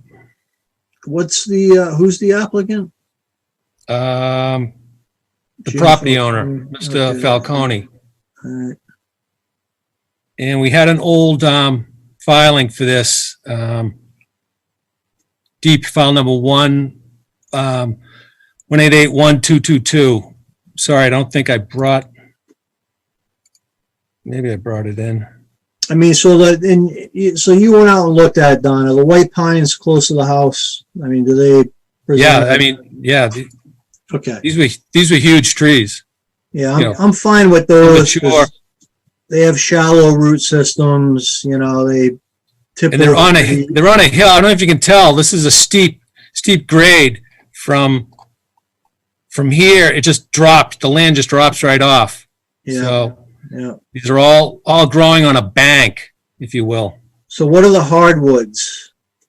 They had a couple out front. There was a hemlock. It's just these four that are in front of the house, and they were mixed. Hemlocks, an evergreen as well. And here's one that was really just barely alive. So they had four out. The ones right out front. Two of those were dead. Two were alive. Yeah. So you're looking at the trees right here, and then all these are in the woods on the bank, and then you've got a few right out in front of the house. So yeah, one's here. All right, and they're agreeing to replace the trees that they remove. Yeah. So here's the row right in front of the house, right here, and then you've got. There they are again. This is the side of the house. So this is the front. This is the blue dots right here. And then the green dots would be along this area. All right. Not much farther than there. It's all pretty tight. It's very all right around the house. So they're not proposing to do anything that would be, falling in this area. It's all the ones that were just focused on that would land on the house. Right. Okay. What do the commission members think? I'm okay with it if they replace them. Do we have any comments from commission members? You guys okay with that? Yeah, it's not like they're clear cutting or anything. It looks pretty selective to the tree type. Okay. Jim's okay with it. All right, Don. So this is a minor project exemption, so we don't need to vote on it. No, I can write a response letter. Okay, great. Thank you.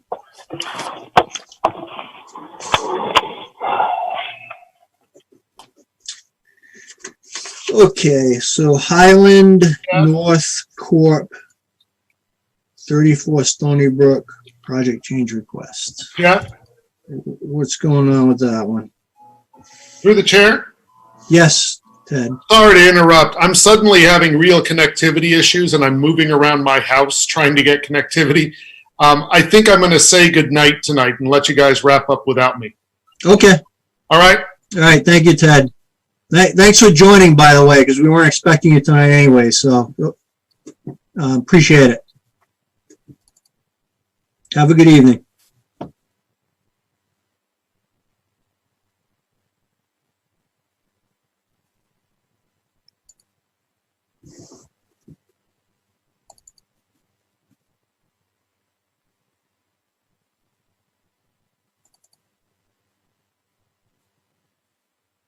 Hey, what happened? Ted just dropped off. Just opening there up we go. just opening up all the project change plans. So it's a footprint change.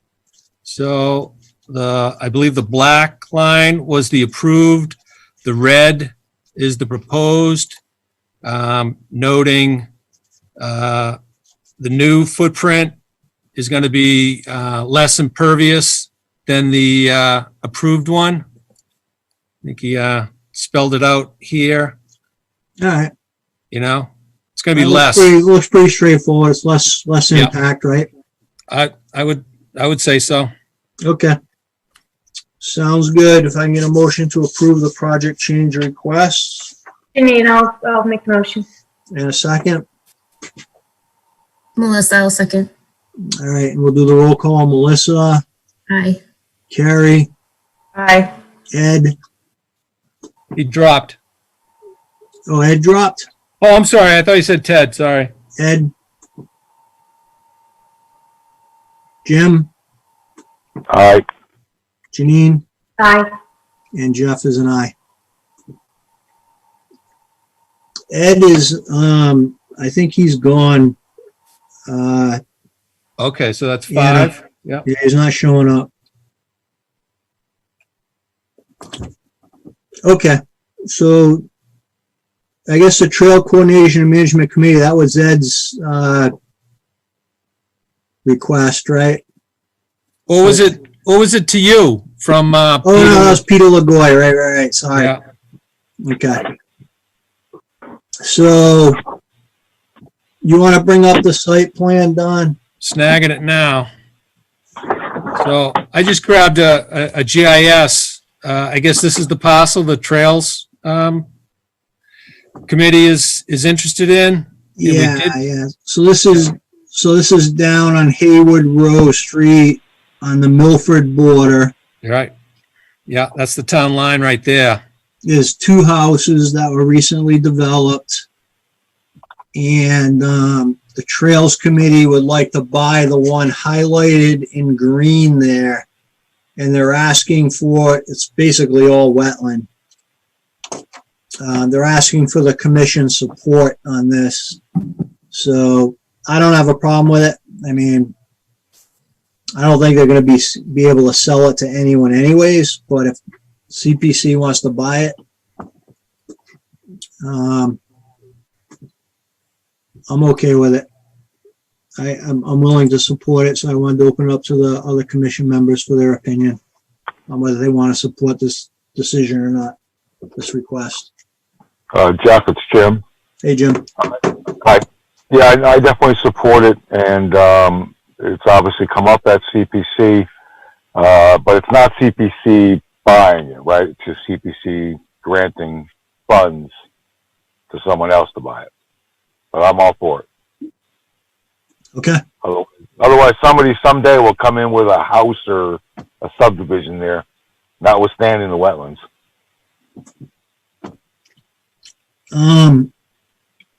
Unless a family of salamanders wants to move in, it looks like there's not much area there to build a house. I would agree, but I've seen a lot of lots that don't seem to have the area that they build on either. With COVID, who knows, you know? Right. Okay.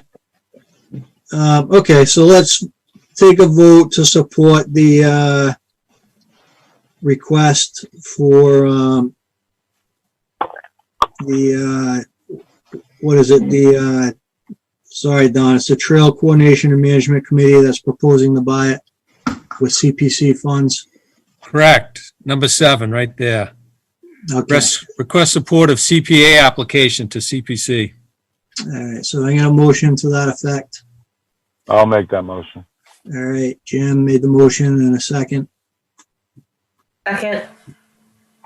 Mr. Chairman, just letting you know I'm back. Oh, okay, Ed. Welcome back. Who made the second? Was that Melissa? Carrie. Oh, Carrie, sorry. Okay, Did we'll Ed do the know? roll call. We'll do the roll call. Melissa?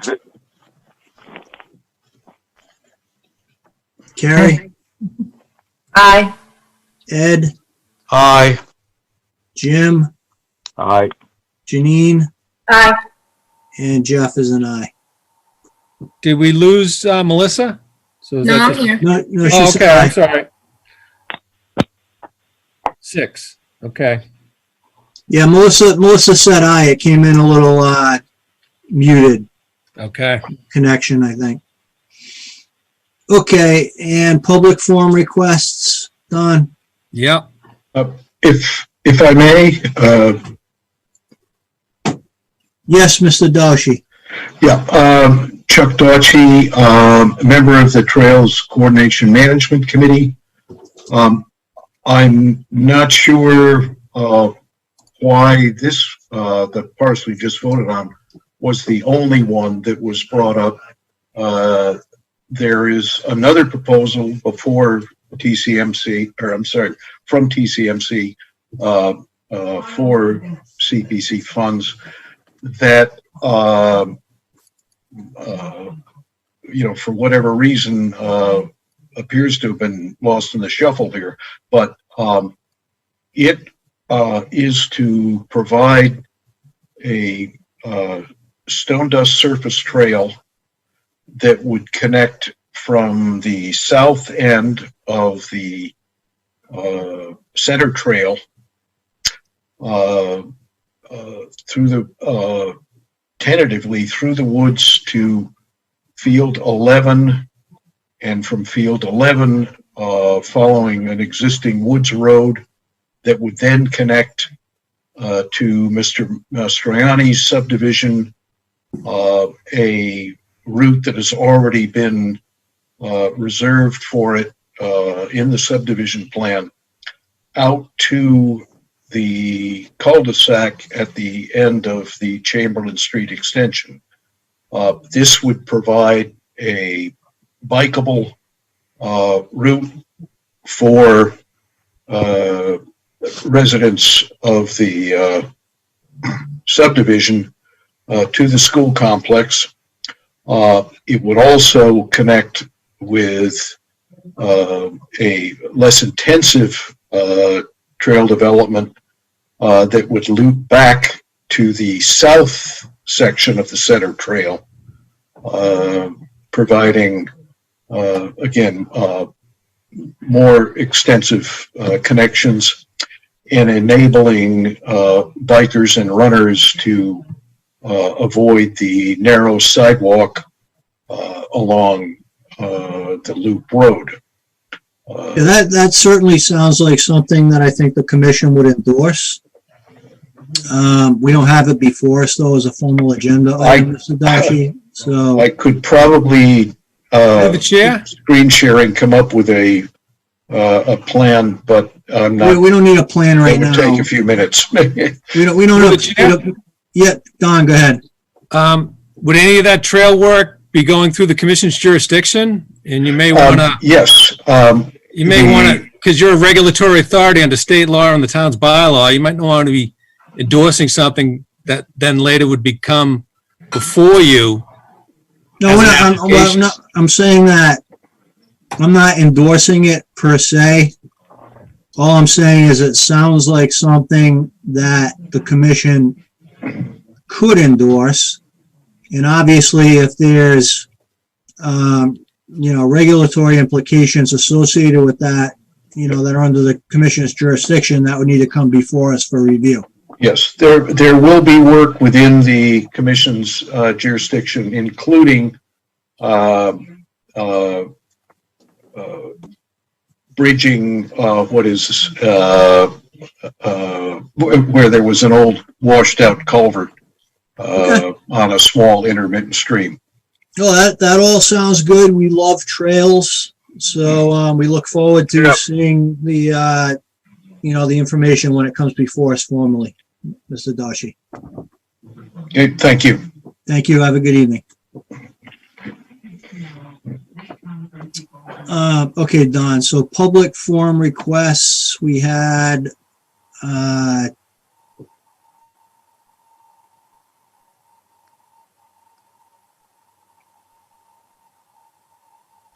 so there was one, the Wolf, and then I forget what the other one was. You had it up a minute ago. Winter Street, Lou. Yeah. Thank you, Janine. You have a lot better memory than I do. Winter Street. All right, so DeWolf. And I actually went out to this property at the request of Mr. DeWolf and took a look at it. So I can provide a little bit of a backdrop on what he would like to do, which I'm happy to do now. So there's the existing, the dotted line on the plan there is an existing on-grade wall that's kind of in pretty bad shape. They want to take that out and put a new stone wall in on grade with stone steps, no excavation other than just removing the grass. This is all previously disturbed. So they want to put that wall in. The second thing they wanted to do was with the extended drawdown is the wall on the lake shore there. There are several cracks that need to be repaired, which were fairly minor. I mean, they're just going in and putting mortar in, you know, there's nothing, no equipment or anything like that. It's very minor. The third thing he wanted to do, which I wasn't really sure whether how the commission would feel about this as an exemption request, was there was one kind of major crack down towards the bottom of the plan. He wanted to remove a 3-foot width of the wall and put a slab staircase in. So there's no disturbance of the lawn or anything like that, just cutting out a portion of the wall and putting in slabs on top of each other to make a staircase for his grandkids to go in. So there's no excavation. It's just the wall repair is basically just cracks that they're filling in. So this was an exemption request, and just open it up for the commission for your comments or questions.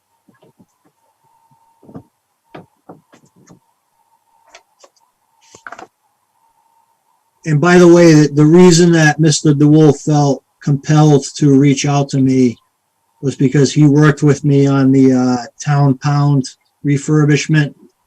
They're the firm that did that as volunteer work. So he knows me from that, and this is his son's property that they're working on, just for full disclosure. So any questions or comments, concerns?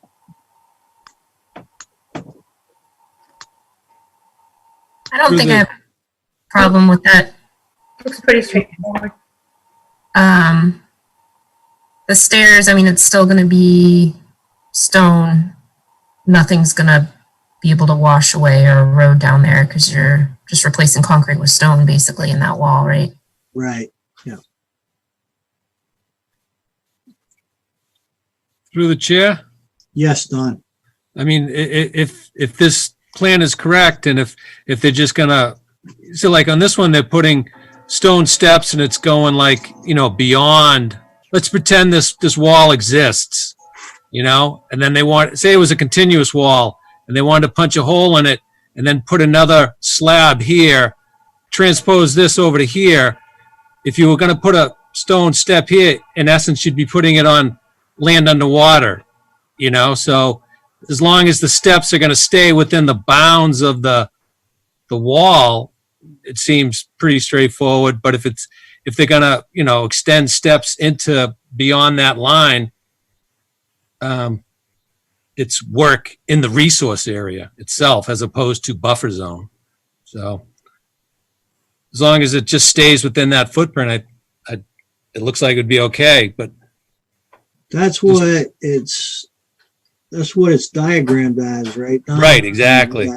Yeah, so I just don't, you mentioned installing steps, and I see steps here, stone steps, and all I see here is location of crack, remove existing concrete wall and rebuild stone and concrete. So to me, this seems like they're just gonna maintain an existing wall, and they're gonna put steps over here on the lawn. But if they put steps here to get down into the lake, I just don't see any steps. Yeah, so we'll just have to request him to revise that plan, because he wanted to put steps going into the water for his grandkids, because he didn't want them jumping off the ledge into the water, you know? Right. And I think the way the regs read, like minor project exemptions are for buffer zone work, not for resource area work.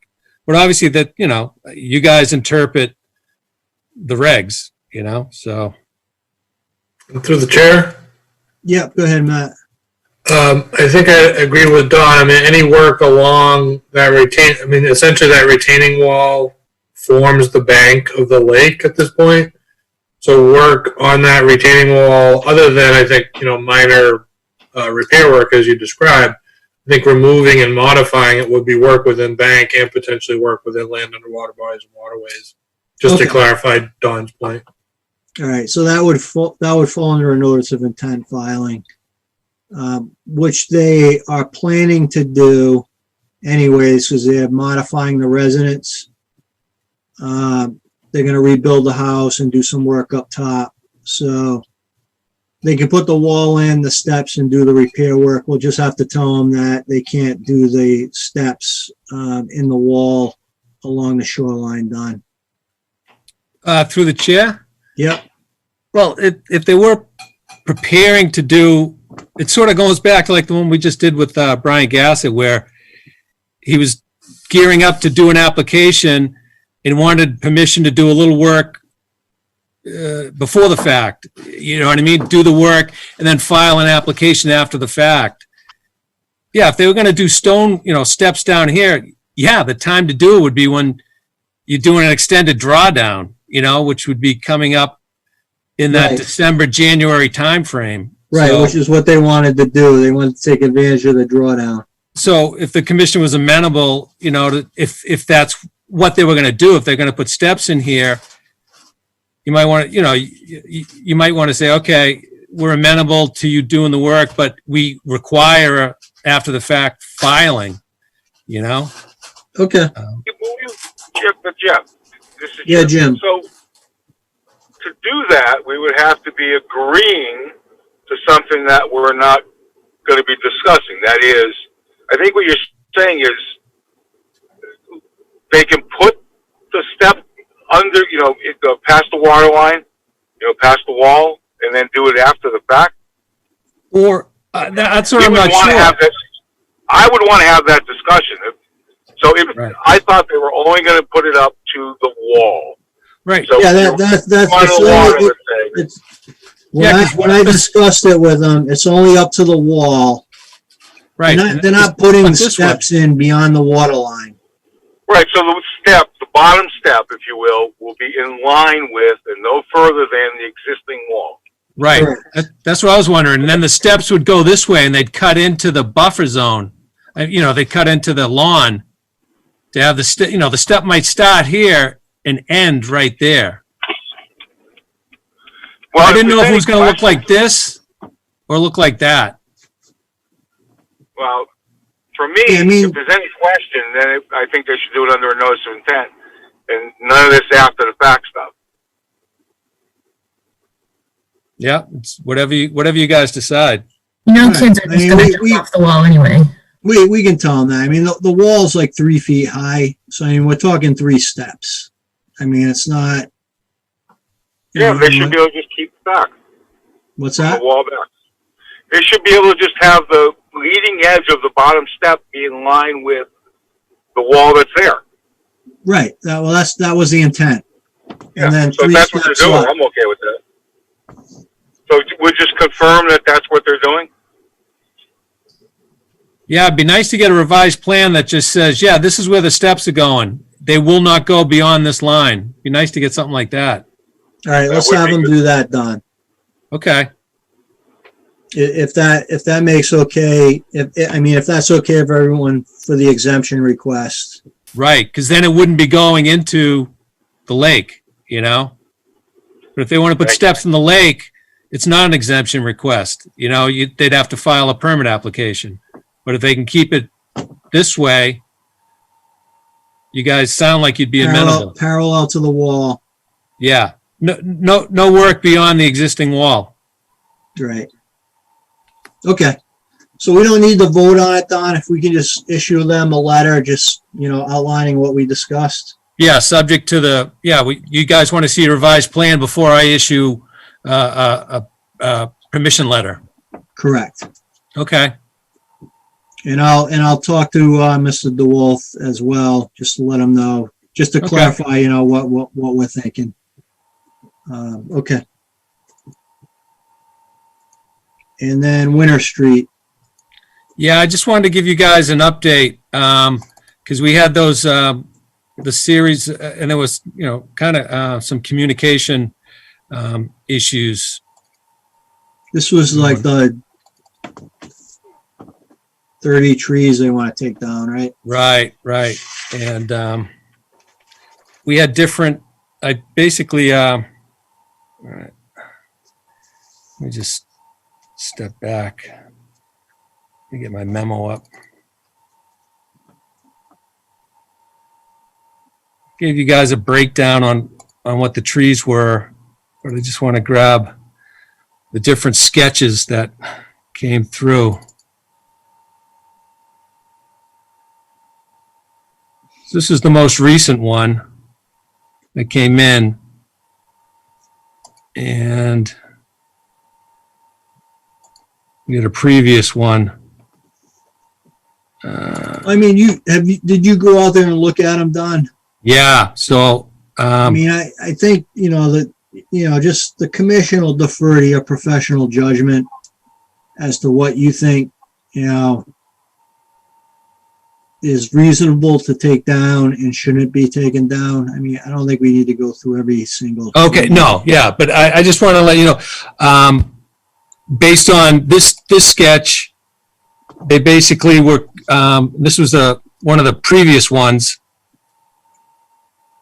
As you can see, they were indicating most of them were at the line or in the commission's jurisdiction. Then we got this one where it shows a lot more out, so basically we had an existing house here, so I was able to measure off, you got about 31 feet to the buffer zone here, you got about 27 here, and same thing from the deck. So obviously I'm not a surveyor, but I play one on Zoom. So, I took my tape measure out and I was basically able to figure out, there were a bunch of trees that I thought were, outside the commission's jurisdiction. Okay. Yeah, I'm good with that. If you took the tape measure and went out there, that's close enough for my, as and then far as I'm then I found the ones that I thought, obviously the ones that were had to get removed for the septic work. And these people were and then one of the commission's concerns were, well, wait a minute, the house is going to get knocked down when they build the new house, so why are they asking for these trees to come down? Well, when I was talking with them on site, they're like, we're not even sure if we can build this, so that's why we're doing the septic work here. We may be living in here, permanently. We don't know if we can do this. They don't know if they can build the new house? Yeah. Do you guys remember we just gave them a 3-year extension permit. So they filed for this 3 years ago, and now they got another 3 years. And so they're not sure, Because of like financial reasons? Or? Yeah. Well, that's what they mentioned to me. Obviously, they haven't built it in 3 years since you guys closed and approved it. They got an extension permit, so they got another 3 years. Because that was one of the rationale. You guys wondering, why are you taking these trees, live healthy trees? Yeah, they're within striking distance of the house, but you guys want to know, well, the house is coming down. What's the big deal? Well, that's that's the rationale why they were looking for basically the trees that are within striking distance. There are a couple of here that aren't within striking distance of the house. These three were. These are obviously within striking distance of the driveway and the parking area. So I didn't know if you guys would, obviously the trees that are in the septic area have to come out to put the septic in. A lot of these were outside the jurisdiction. So the ones that are live within striking distance of the house of the driveway, did you guys want to entertain them cutting down and replacing with something smaller? A live tree that wouldn't become so problematic. How many are we talking about, Don? That's why it gets complicated. So everything I wrote down, Like one. 5 or 6? Yeah, I think it gets down to about 5 or 6. I got one. I'm fine with that. The trees that are in striking distance of the driveway, but not the house, Right. big live trees in our jurisdiction? Yeah, they're big. Yeah. Yes. Yeah. I've got. So, do you guys want to look at this, and then? Well, I'm just questioning though, like it's in the striking distance of the driveway, not the house. Right, and obviously these people are concerned. The photos they provided, and I took some photos too. Branches are coming down on their in their driveway, so obviously they're. I mean, Don, can I make a suggestion? Yeah. We've been going back and forth on this for a number of months now. Right. Is it an older couple? Yeah. Old house? Yeah. I'm gonna move to Arizona. I would just say, Don, I mean, my suggestion to the commission is we just defer to your judgment and let you figure out what trees can be removed and replaced and which ones need to stay. I mean, if it's an older couple and they don't have the money to build a house and they're going to live in the existing one,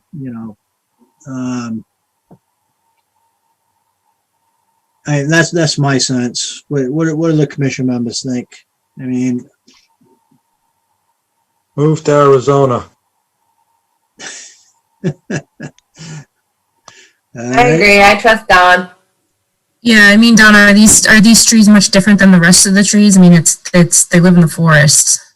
Yeah. You know what I mean? Like, are these trees a lot different than all the ones surrounding that they would be a threat?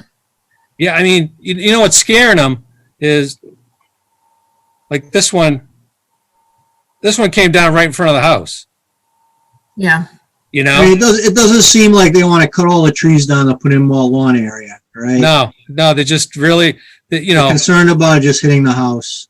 Correct. And That's what insurance is for. yeah, they're inside fixing the house now, and they're gonna put a new septic system for this house, so they can move in.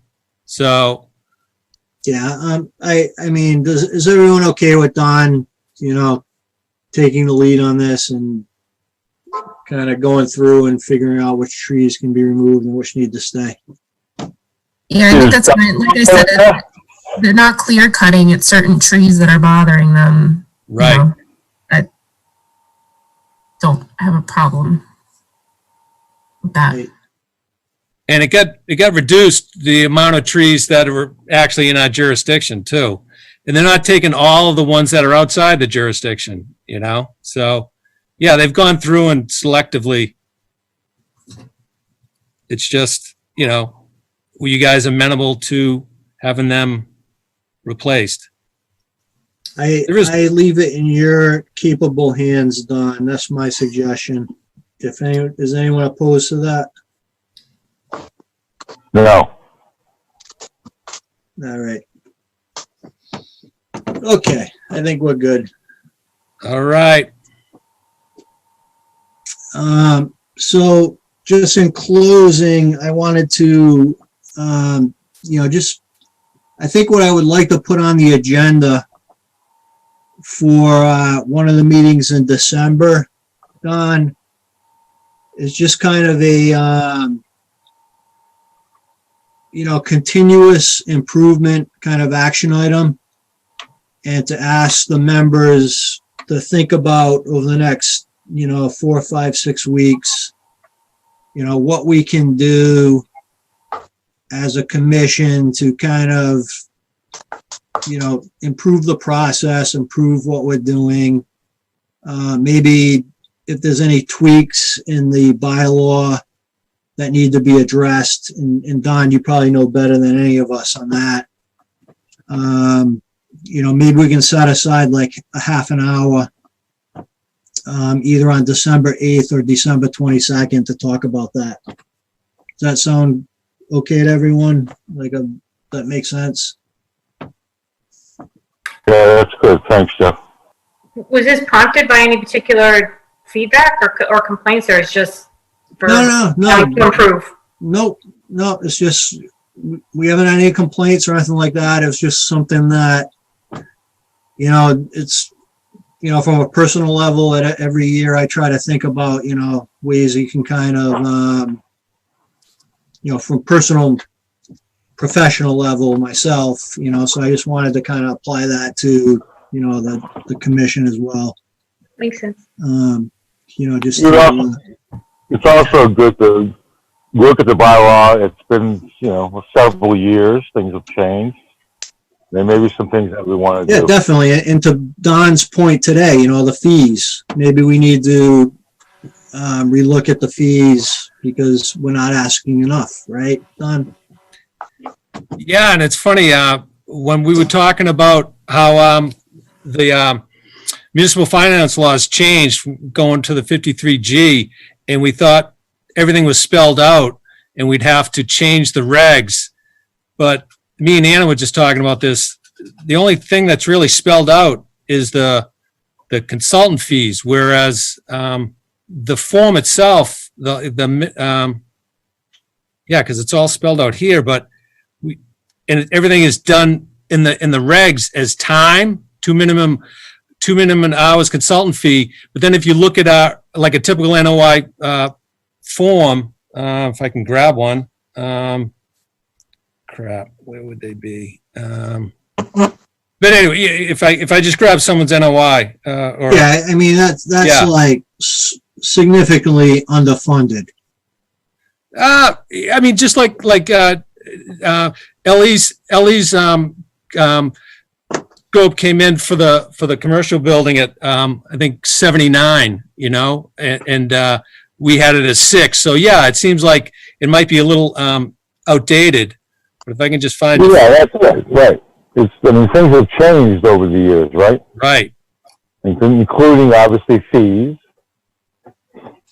Yeah, and there's, there are developers that do a lot of work in town, and I'm not so concerned that they're gonna not pay their bills, the Nations, Mastriani, for example, Brian Gassett, they've been doing work in town for a long time, and, they have a reputation. They don't want to be known for, Right. stiffing the town, not paying their bills. But, then we have other developers who come in like Mr. Petrozzi who, want to exploit the, regulations and, get the, do the development and, don't want to pay, which is a completely different kind of animal. So we want to make sure someone like that pays up front. So, the town doesn't get, shortchanged at the end of the day. And what it boils down to, just to give you an example, the RDA we just closed, Mr. Morrison's, you get a minimum fee for the RDA. Before we used to get 350 because everything went to the 53 and a half. Now the 50 goes into the 53F, but this goes into a G. So we've got less money. I had to send him an invoice for $12.50.